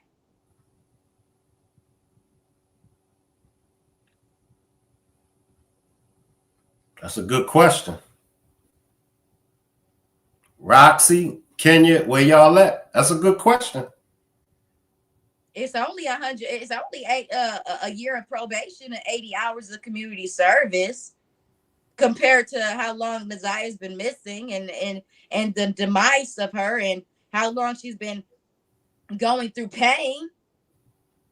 It's only a little bit. Could y'all do that for her? Could y'all jump off the porch like I did for her? Kenya. What up, though? I mean, I didn't ask the question. Can you hear me? I can hear yes. you. Cool. Hey, Mimi. How are you?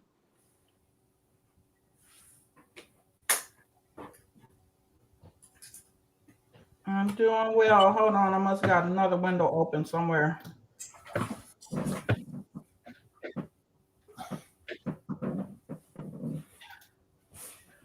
Okay. I've been listening. I was sleeping, woke up to hearing Miss Mimi's voice.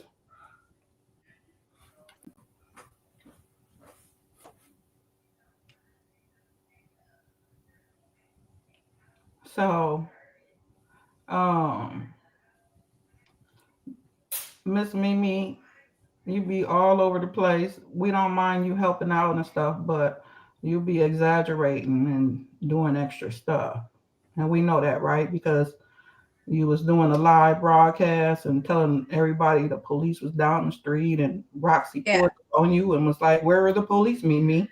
She wasn't in the right spot. She wasn't in the right spot. She wasn't in the right spot. That's what was filming the video. She was filming the video in the wrong spot. Was she? But you was standing right there and you said the police was down the block and no police was there. Down the block and she wasn't on the right block. How about that? Oh, okay. Anyway, if I'm sure y'all could tell, there's some looseness in the marbles there.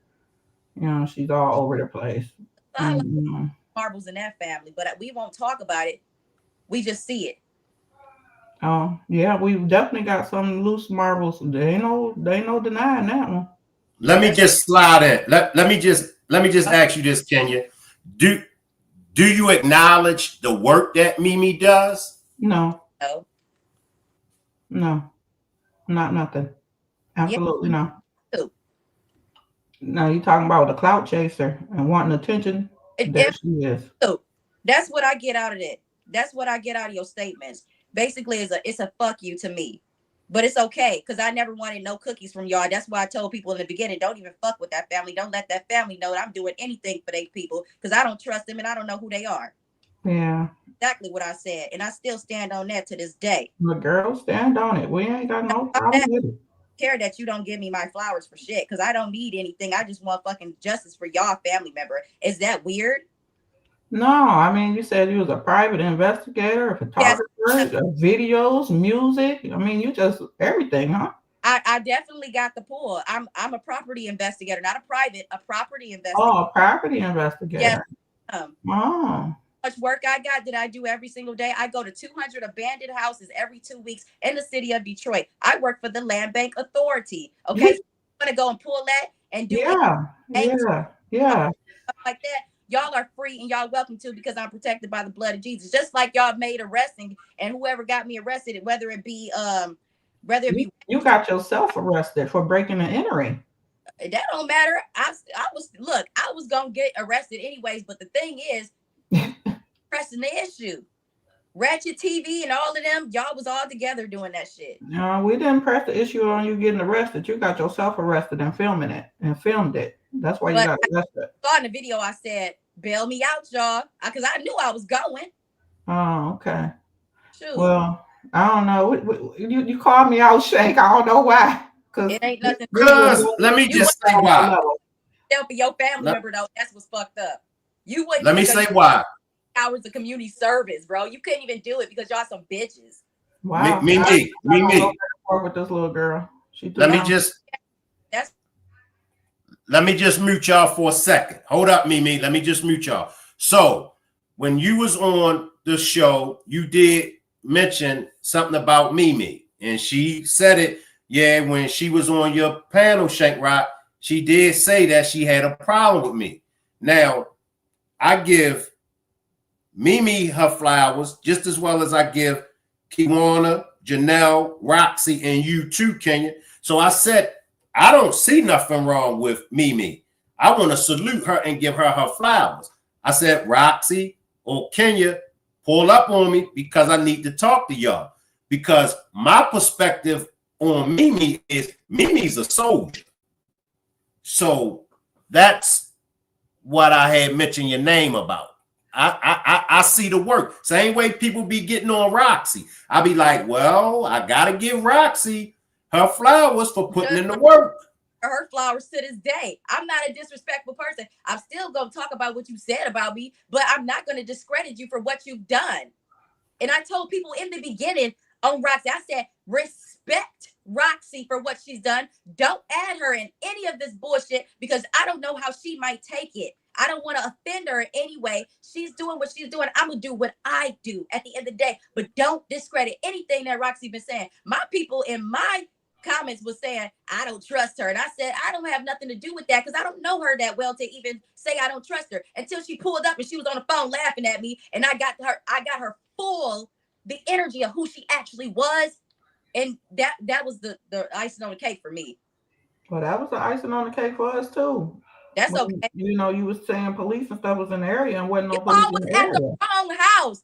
It was a house down the street past the freaking light. I was on live the whole time on Facebook. I'm at a light. You can see in my glasses that she was on live too. I'm at a stop sign on Facebook. Yeah. Okay. Well, I'm not discrediting. You ain't gotta believe shit. I'm not discrediting. What you don't believe is y'all some hoe ass bitches letting that shit happen to y'all family member. Okay. First of all, and then the thing is, y'all still letting it happen because first of all, Shannon ain't in jail yet, but y'all sitting here trying to patty cake with her and kiss her little hand. It's okay, rub her fucking back and shit. Fuck her. Y'all should have been duped her up. Why y'all ain't do that shit? Why you ain't duke her up? You know her. Can't find the hoe. Where's she at? She on Bedford. Oh, she's still on Bedford? Yeah, she on Oh, Bedford. that's right around the corner. Bet. You know so much that's going on in the area. You don't know where she stay? Oh, I've been over there. The You've been over there? said that she didn't live there no more. Oh, really? I mean, you the investigator. You should know that she still stay there. Thank you, though. Thank Yeah. you. Go ahead and knuckle her up. Shit. Let us know when you're going to do it. You got up in here. You said what? Up in here, Shank. She on Bedford, y'all. Why are you telling everybody else? You said you was going to knuckle her up. Let us know. On Bedford, y'all. If y'all pulling up, pull up. She on Bedford. She's still on Bedford. Find that address, y'all.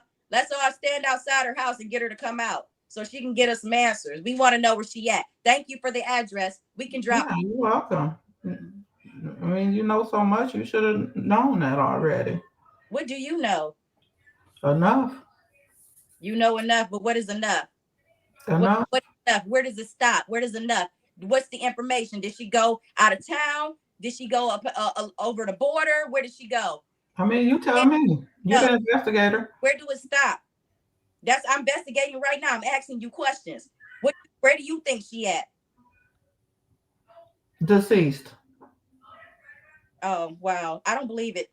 You don't have to. You don't have to, sweetie. Don't nobody have to, but she is. And how y'all know that? What's the evidence that they have for that? Do they have the body? You don't need a body to know that somebody's deceased anymore. It can be proven. Wow. That's the first time I'm hearing that. I bet. Because I'm so fucking retarded, right? I got issues, right? Well, you know you got issues. No. Sorry. You're not gonna make me claim anything the fuck that I don't have. Well, I definitely don't want you to do that, sweetie. That's first of all the devil. And the thing is, I've dealt with narcissists and gaslighters and motherfucking leviathans all my fucking life. Okay, so I know when people are trying to fucking talk shit to me and shit, like they don't think I can fucking hold my own, but I can talk shit like the rest of them. First of all, I'm a grown ass woman. I'm 29 years old, about to hit 30. You ain't stopping shit over here. You ain't making nobody feel no kind of type of way either. At the end of the day, justice for Naziah. Whatever you think is true, whatever. If I'm still searching and maybe I might come across a deceased body of Naziah Harris, okay, then I'll believe it. Well, okay.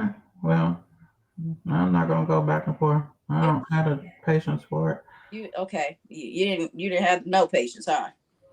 You just wanted to go in and say that I was crazy and you didn't even know me.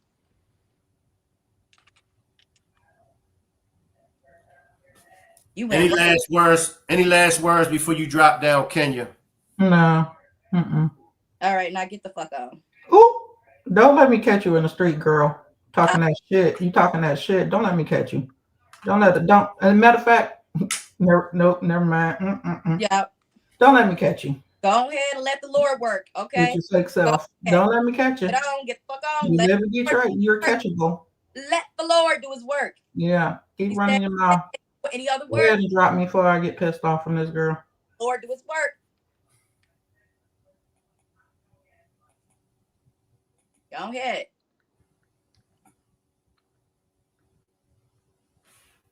She just think I'm a little girl or something. I don't give a fuck. I talk to her just like you nonchalant. I'm nonchalant about talking shit about you too. How about that? I don't respect y'all at all.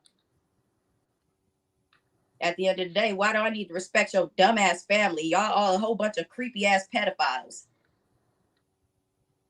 Y'all touch kids. Y'all kill kids. Y'all touch kids and kill kids and y'all okay with it. The sound in your voice don't even sound like you give a fuck about what you just said. I'm sorry, Shank. No, you good. Hey, y'all, you ass bitch. You can't. I ain't gonna get in the way of two women handling an ABI. I feel you. I respect that. You know, I noticed that whole time. I like he a real one. I wasn't gonna get in the way. I like I said, I just I see your work the same way I see Roxy's work, same way I see Kenya's work. I see everybody's work. I see your work, and I'm not going to allow nobody to pass over nobody's work. And I'm acknowledging your work. So I was trying to get Kenya to see, look, we got to focus on her work. Yep. But they keep bringing the bitch out of me. Ain't nothing wrong with me, Shank. I've never been diagnosed with anything. You haven't disrespected me yet. That's how I know you straight. You ain't disrespect me yet. If I was unwell, they would have took my kids. If I was unwell, I wouldn't have a roof over a 5-bedroom home that I'm over here paying for with my good ass fucking property investigating fucking job.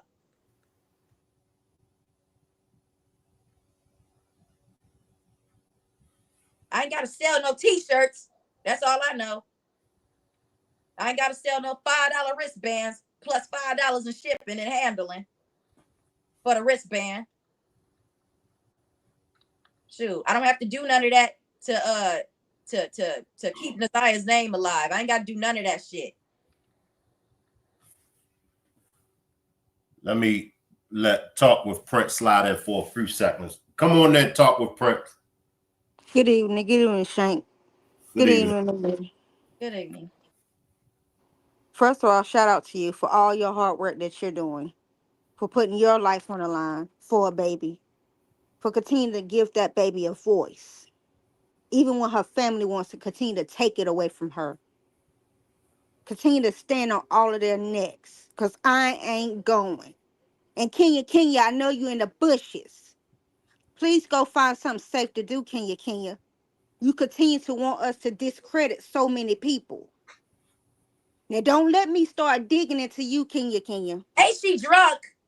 She drunk. She sound drunk. Go on. Let Go me on. myself. She be drinking, y'all. She be drinking. That's probably why she don't like me, and that's probably why she had that nonchalant voice monotone, because she drinking. She on one right now. Call her drinking in the dark somewhere. Look, go on. Leave this woman alone. Yeah, you and your daughter need to leave this woman alone. I don't have demons. I don't have no demons. I'm led by the light. Literally. So the darkness can't never get me. You see how they be coming for me? They can't touch me, and I don't care. So I say, and I heard her try to tear you down. I heard say, and one thing I can't stand is this is a woman who wanted to say, oh, she about woman empowerment, and in that same breath, she is on here tearing. All I see her doing is tearing black women down. Hold on, wait a minute, Kenya. You can't stop that. Please stop. Okay, go somewhere and do something safe. Go somewhere and just watch TV or net or something. Do something safe. and fall asleep and drink on the couch. I mean, this stuff is gotta go. This is the third woman I have seen you come on a panel and you downgrade and degrade them, and I'm not going to continue to let you do it, Kenya. Now I try to come with respect because you're an older lady. You know what I'm saying? I don't want to get to cussing you out and you have a stroke somewhere, okay? But look, please go do something safe. Is Kenya Annette's sister or cousin? Cousin. Who they mama? They the extended stay. She need to go on be the extended stay. She act you was investigator. Well, I'm investigating now. Who is your mama? How y'all related? Y'all related through money? Through that? Tell us who Roxy Daddy is, Kenya. Shit. Because I'm going to figure out who Roxy Daddy is, Kenya. I'm still on your neck about it.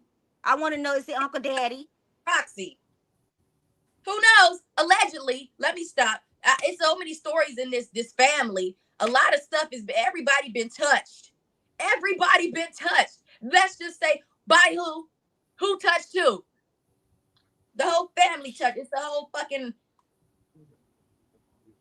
hillbilly family. Man, they better go on somewhere. She better stop. Look, normally in Shane Rock, know my brother, he know I don't know him to come on panels and talk, but I can't stand for a woman to continue because every time, even with the evangelist, she said, y'all need to talk to the evangelist. Then it was, oh, y'all need to talk to this person. It was, y'all need to talk. No, we don't need to talk to nobody else, King. Shit, And you don't need to hit no more panels because you don't know nothing.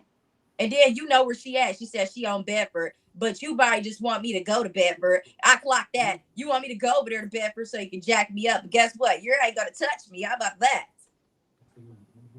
Come for me and see what happens to you in your pathway on your way to me.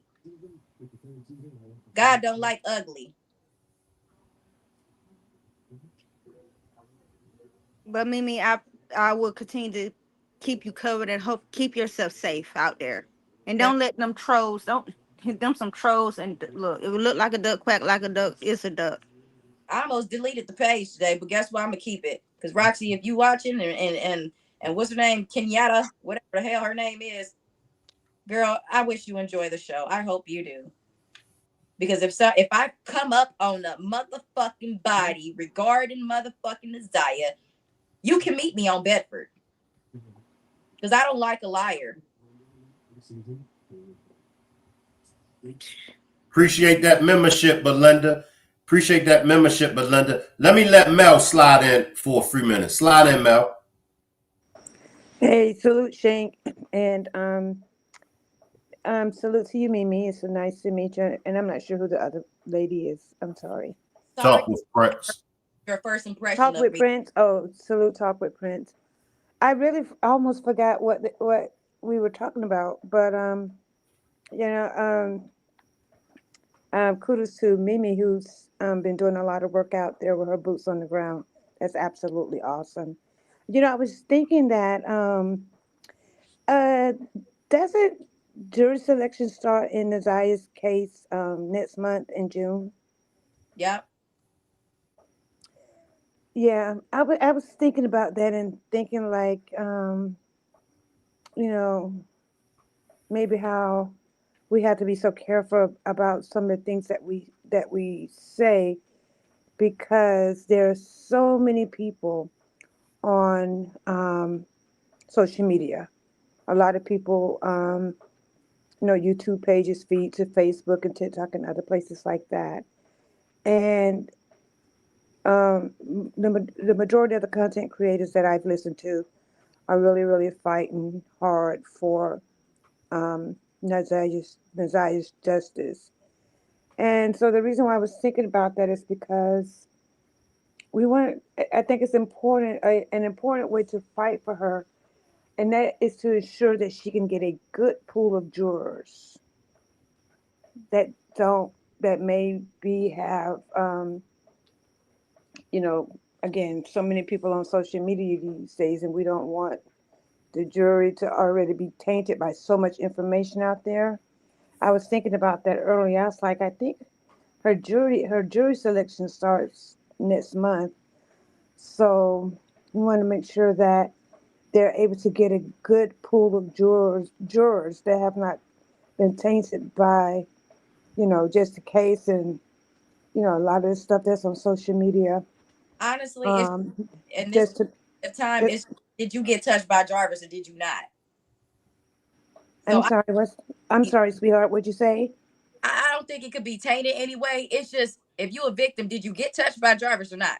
Did you see him touch any other kid or not? Were you around Jarvis and witness anything? That's basically all that they need to be saying. They don't need to be. What would they be tainted by though? All of the stuff that's on the internet. I've seen. Um, I guess I can say like one of the largest cases of 2024 was the Young Thug trial, and it was all tried off social media, and it made everything insane. So I'm just saying that jurors are taking evidence that's going to be presented to them by the prosecution. A lot of things that we all don't know because they're not going to share all of their evidence with us. But so that's what the juror will examine as well as the testimony. But it could be easily for them not to be able to find a good pool of jurors if they are kind of like listening to social media and all the different things that's going on because they are asked those questions. But I commend you because you've been out that way with your boots on the ground, and I actually thought you were one of Nazaya's cousins, but I guess you're just a person that cares, right? Yep, that's it. Yeah, that's awesome. Thank. Yeah. Oh, you're welcome. But that's all I had to say. Salute, Miss Parker. Hey Appreciate you, Mel, what Mel. it do?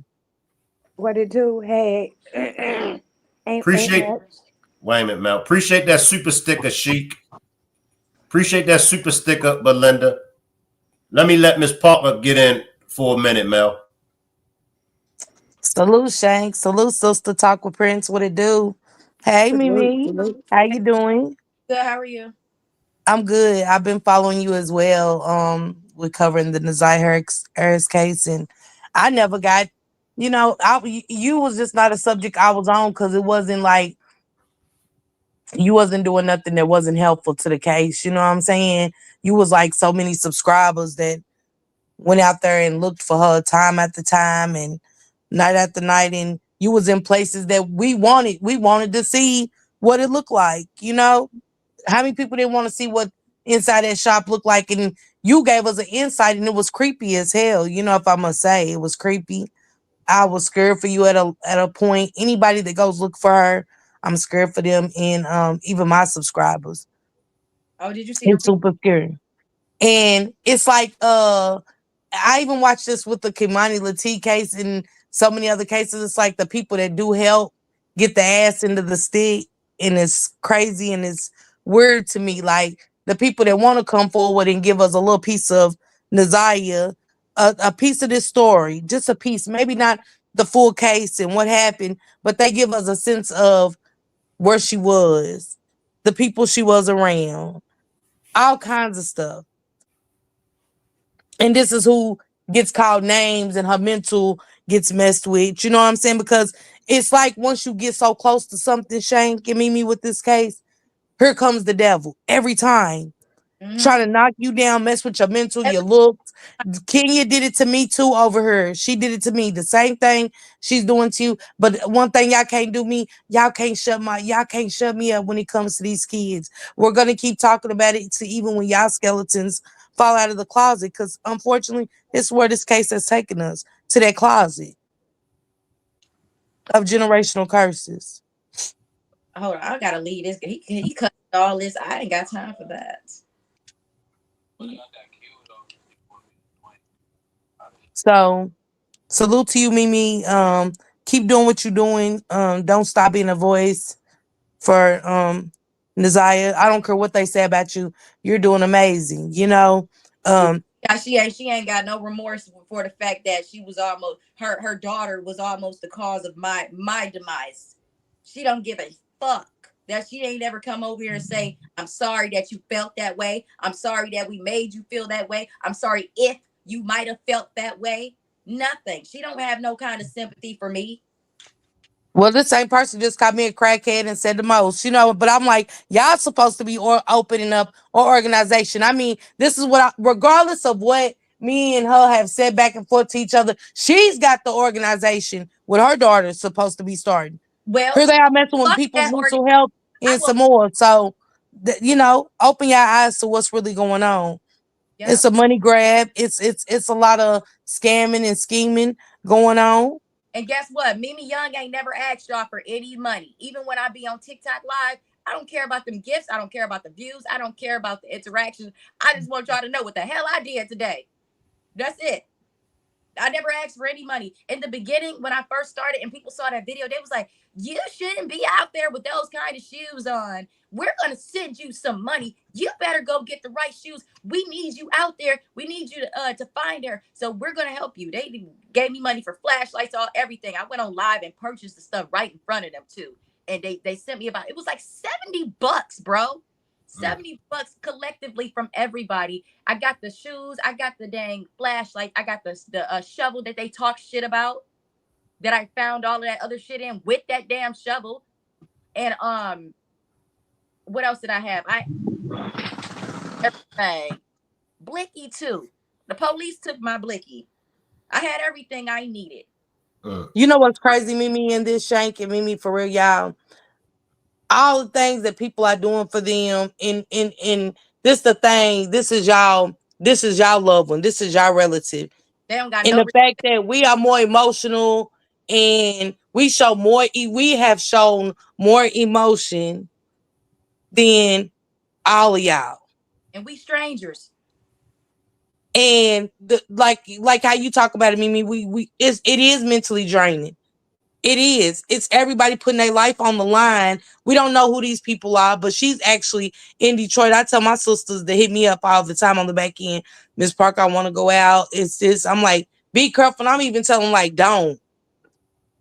Because of all the people that's attached to this. Instead of coming up here hitting this panel and saying, Mimi, thank you. You keep going back to your daughter. This is not about your daughter. This is about Naziah. Get the focus off your daughter for once. For once. And your hate This towards 13-year-old has lost her life and pregnant and went through so much in a household. What are we talking about? Why is it never about Shannon, Annette, and Jarvis and what they've done in all the other corporates that's played a part in this girl's missing, period. Then I'm about, it's never hope for a life. Like, it's just like, yeah, you can prove there ain't nobody, and you can just like, where's the hope? I even got hope. Yeah, like she was just like, well, yeah, they got the blood and whatever, and they can prove it through the blood. How? That's the first time I'm hearing that. If it was a substantial, I could understand if it was a that was weighed out, put by side about her weight and how much blood it actually they saw, and calculate that how much blood does an actual human body have at this size, 5'1" and 120 pounds. How much blood would it take for a person to pass away? That's what, if it was a big old pool of blood, where the fuck was the pool of blood? All I seen was 2 drops of stuff on a pink jumpsuit, and then that black hoodie. How do we even know that was blood on there? What if she was using that as her pads, because she ain't had no motherfucking pads, and she was probably bleeding out with that jacket. She wrapped it around her back because her pants was bleeding. Her stomach was hurting that day that she had those said items on. Appreciate them cash. Appreciate them super chats. Top flight. Appreciate them super chats. Top flight. How we know? You know. Or maybe maybe she might be alive, the baby might not be. You feel me? How we know that she didn't just wrap that hoodie around her back, around her backside, like how we used to do if we came on our period or whatever, and we had a spot on the back of our pants that we needed to cover up, we put our hoodie back. Yeah. But Mimi, I just appreciate you. Anybody that is on the good side of this baby and for all the right reasons, and you have been, like you said, you asked a great question. Is anybody willing to go do it? Because we get on here and it's easy to talk about it, but boots to the ground. Shout out to you. Shout out to Casey, the bodyguard, that does it for Janiah McMichael Rogers. Like, shout out to y'all that actually go and look in these places. Y'all could get hurt easily. We don't know who's following y'all. Yep. From all the work you've done, we don't know what kind of danger you really have put yourself into. And when we get a family member on the panel, and it's just like, oh yeah, that's when you lost us. Oh yeah, she's a cuckoo bird for Coco. All of this name slandering that you do, ma'am. Enough's enough. Your story ain't the only story that's gonna make it throughout YouTube, TikTok, or nothing else. We want to hear from everybody. It's coming though. I'm gonna be ready for it when they come. I'm gonna be ready. But she was trying to get you locked up, because to even be like, yeah, they're still on Belford. Go over there, like, you know what I'm saying? Yeah. This is still their family, whether or not. But why y'all didn't do it? You go over there. That's what you do. You go over there. Don't send her. You go over there. It's all the more reason that you got to do it than Mimi, because it's your family. Sound like Shannon. Well, y'all the one know everything. Y'all figure it out. That's what she sound like. They keeping it in the family. They all alike. Mm-hmm. And then you know what? It sucks that Kenya, or no, not even Kenya, because you probably knew about shit long time ago. Because ain't you the one that told that something was going on in the house to Roxy? You knew first before Roxy did. Let's clock Mm. that. You ain't said that, but you was the first one to even say anything was happening at the birthday party to Shan. I mean to Roxy. Y'all knew about the birthday party issue situation too when it happened. Don't act like y'all didn't. Who cares who was across town? You definitely still told your daughter what was going on. Guess what happened at Annette's house?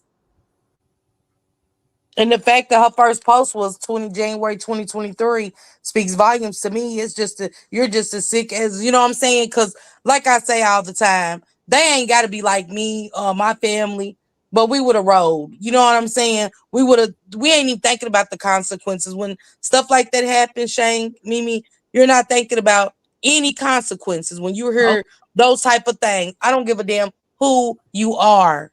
mm-hmm. Y'all was just a gossiping ass family. And that's what y'all still do to this day. Y'all gossip and y'all start mess, and that's it. Anytime that I've never seen a family during death go through it, much as we've talked about death and family, I've never seen a family be so distractful, be so into it, bringing stuff that ain't got nothing to do with nothing in And front of strangers and some more. It's strange. Millie rocking on every block. I saw that one too, Roxy. Millie rocking and shit. I'm about to And go. this is, Hey, thanks for the yeah, follow. that's Subscribe. what I said to BB. Yeah, all on weird. But to get up here, this my thing, Shane, too, as my family. I love my kids. And I know from the mothers in the chat that follow me and I see follow you, we love our kids. Regardless of indifference or whatever, I love my kids. And if my family ever got on the internet playing with my child's life, going to a trap house. Are you going to jail? Going to apartments? Are you going to jail? Going in front of the hotel? You going? Don't taunt. It's like it's being taunted. Her death by the family has been so tainted.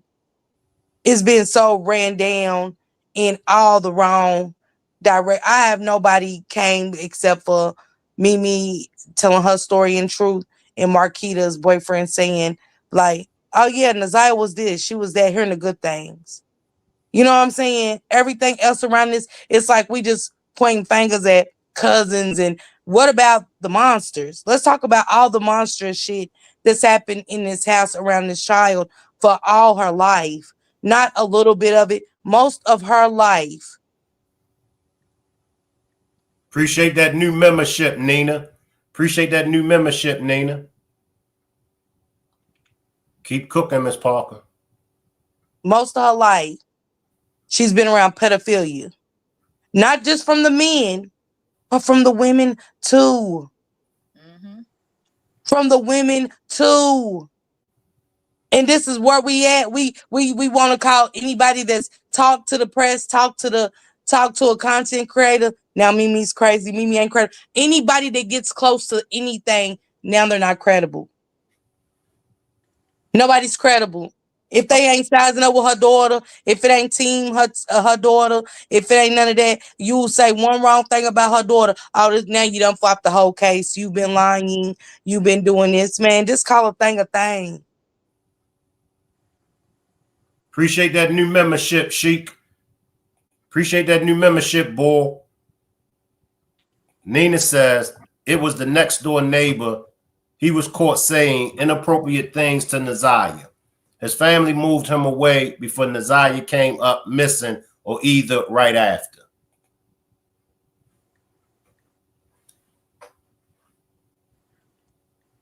Okay, so Okay, so he didn't touch her. He just said some things that Jarvis went in there to up on.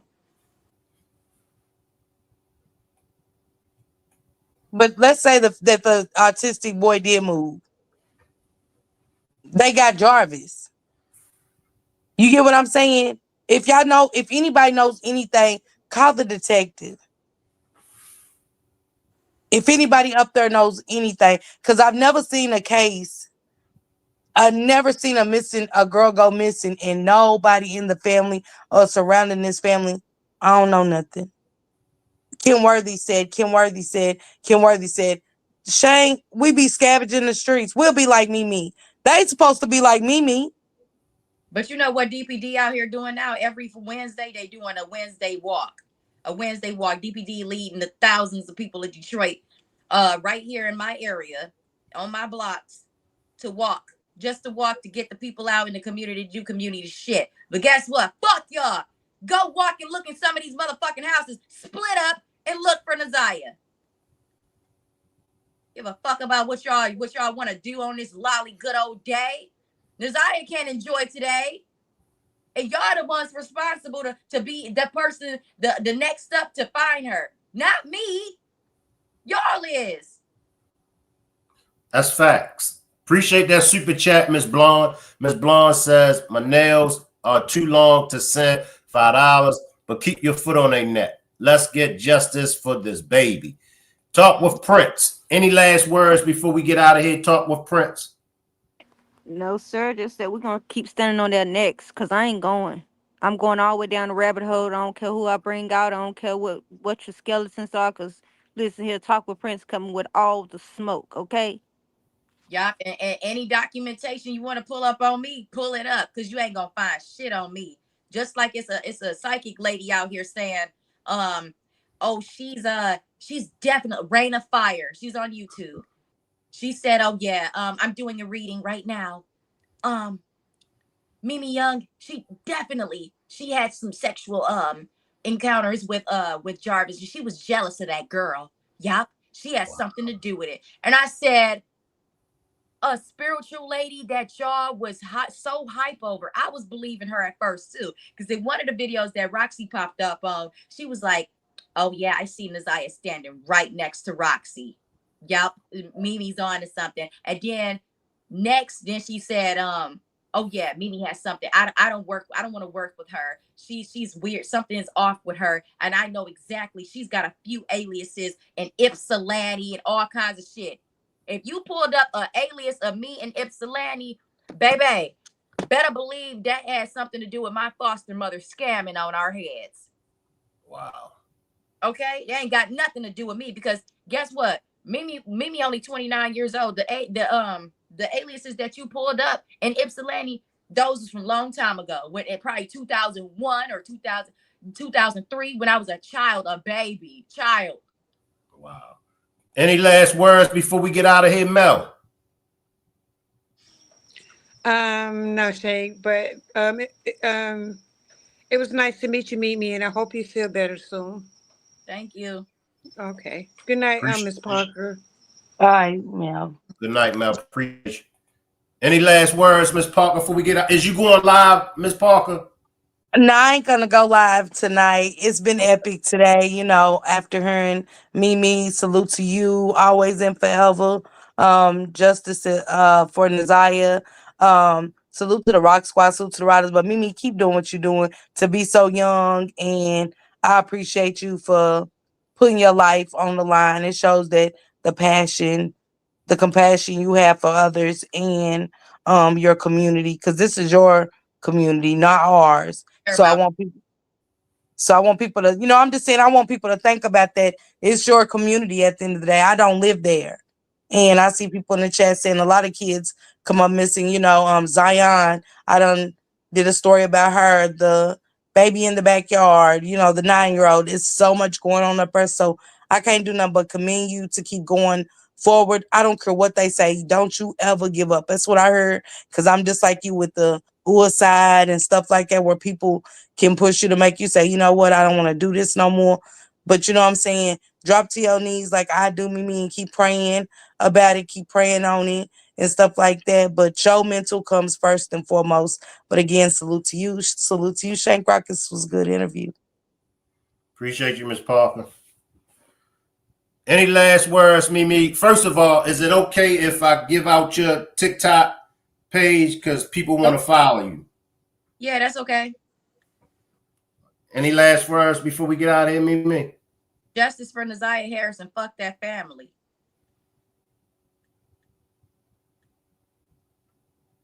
Good night, everyone. Good night, Mimi. And before you drop down, I'm going to give you your flowers again. Keep up the work. Keep up the good work. I recognize it. Thank you. You're welcome. Having me up here too and giving me a chance to speak and tell all my cusses out and get all of I've been Look, I won't let nobody cuss in the chat, but once they come up on the panel, handle your business. Yeah. Thank you. I appreciate you. And I hope you have a good night. All right. Good night, Mimi. Hope to have you back soon. You can come back again. You making fun of my accent. No, what's your? I got an accent. You said sir. All right, Mimi. All right. All right. Well, Rock Squad, appreciate everybody for pulling up.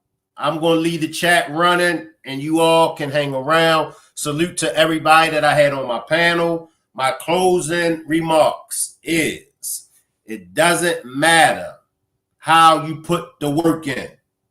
All that matters is, are you putting the work in?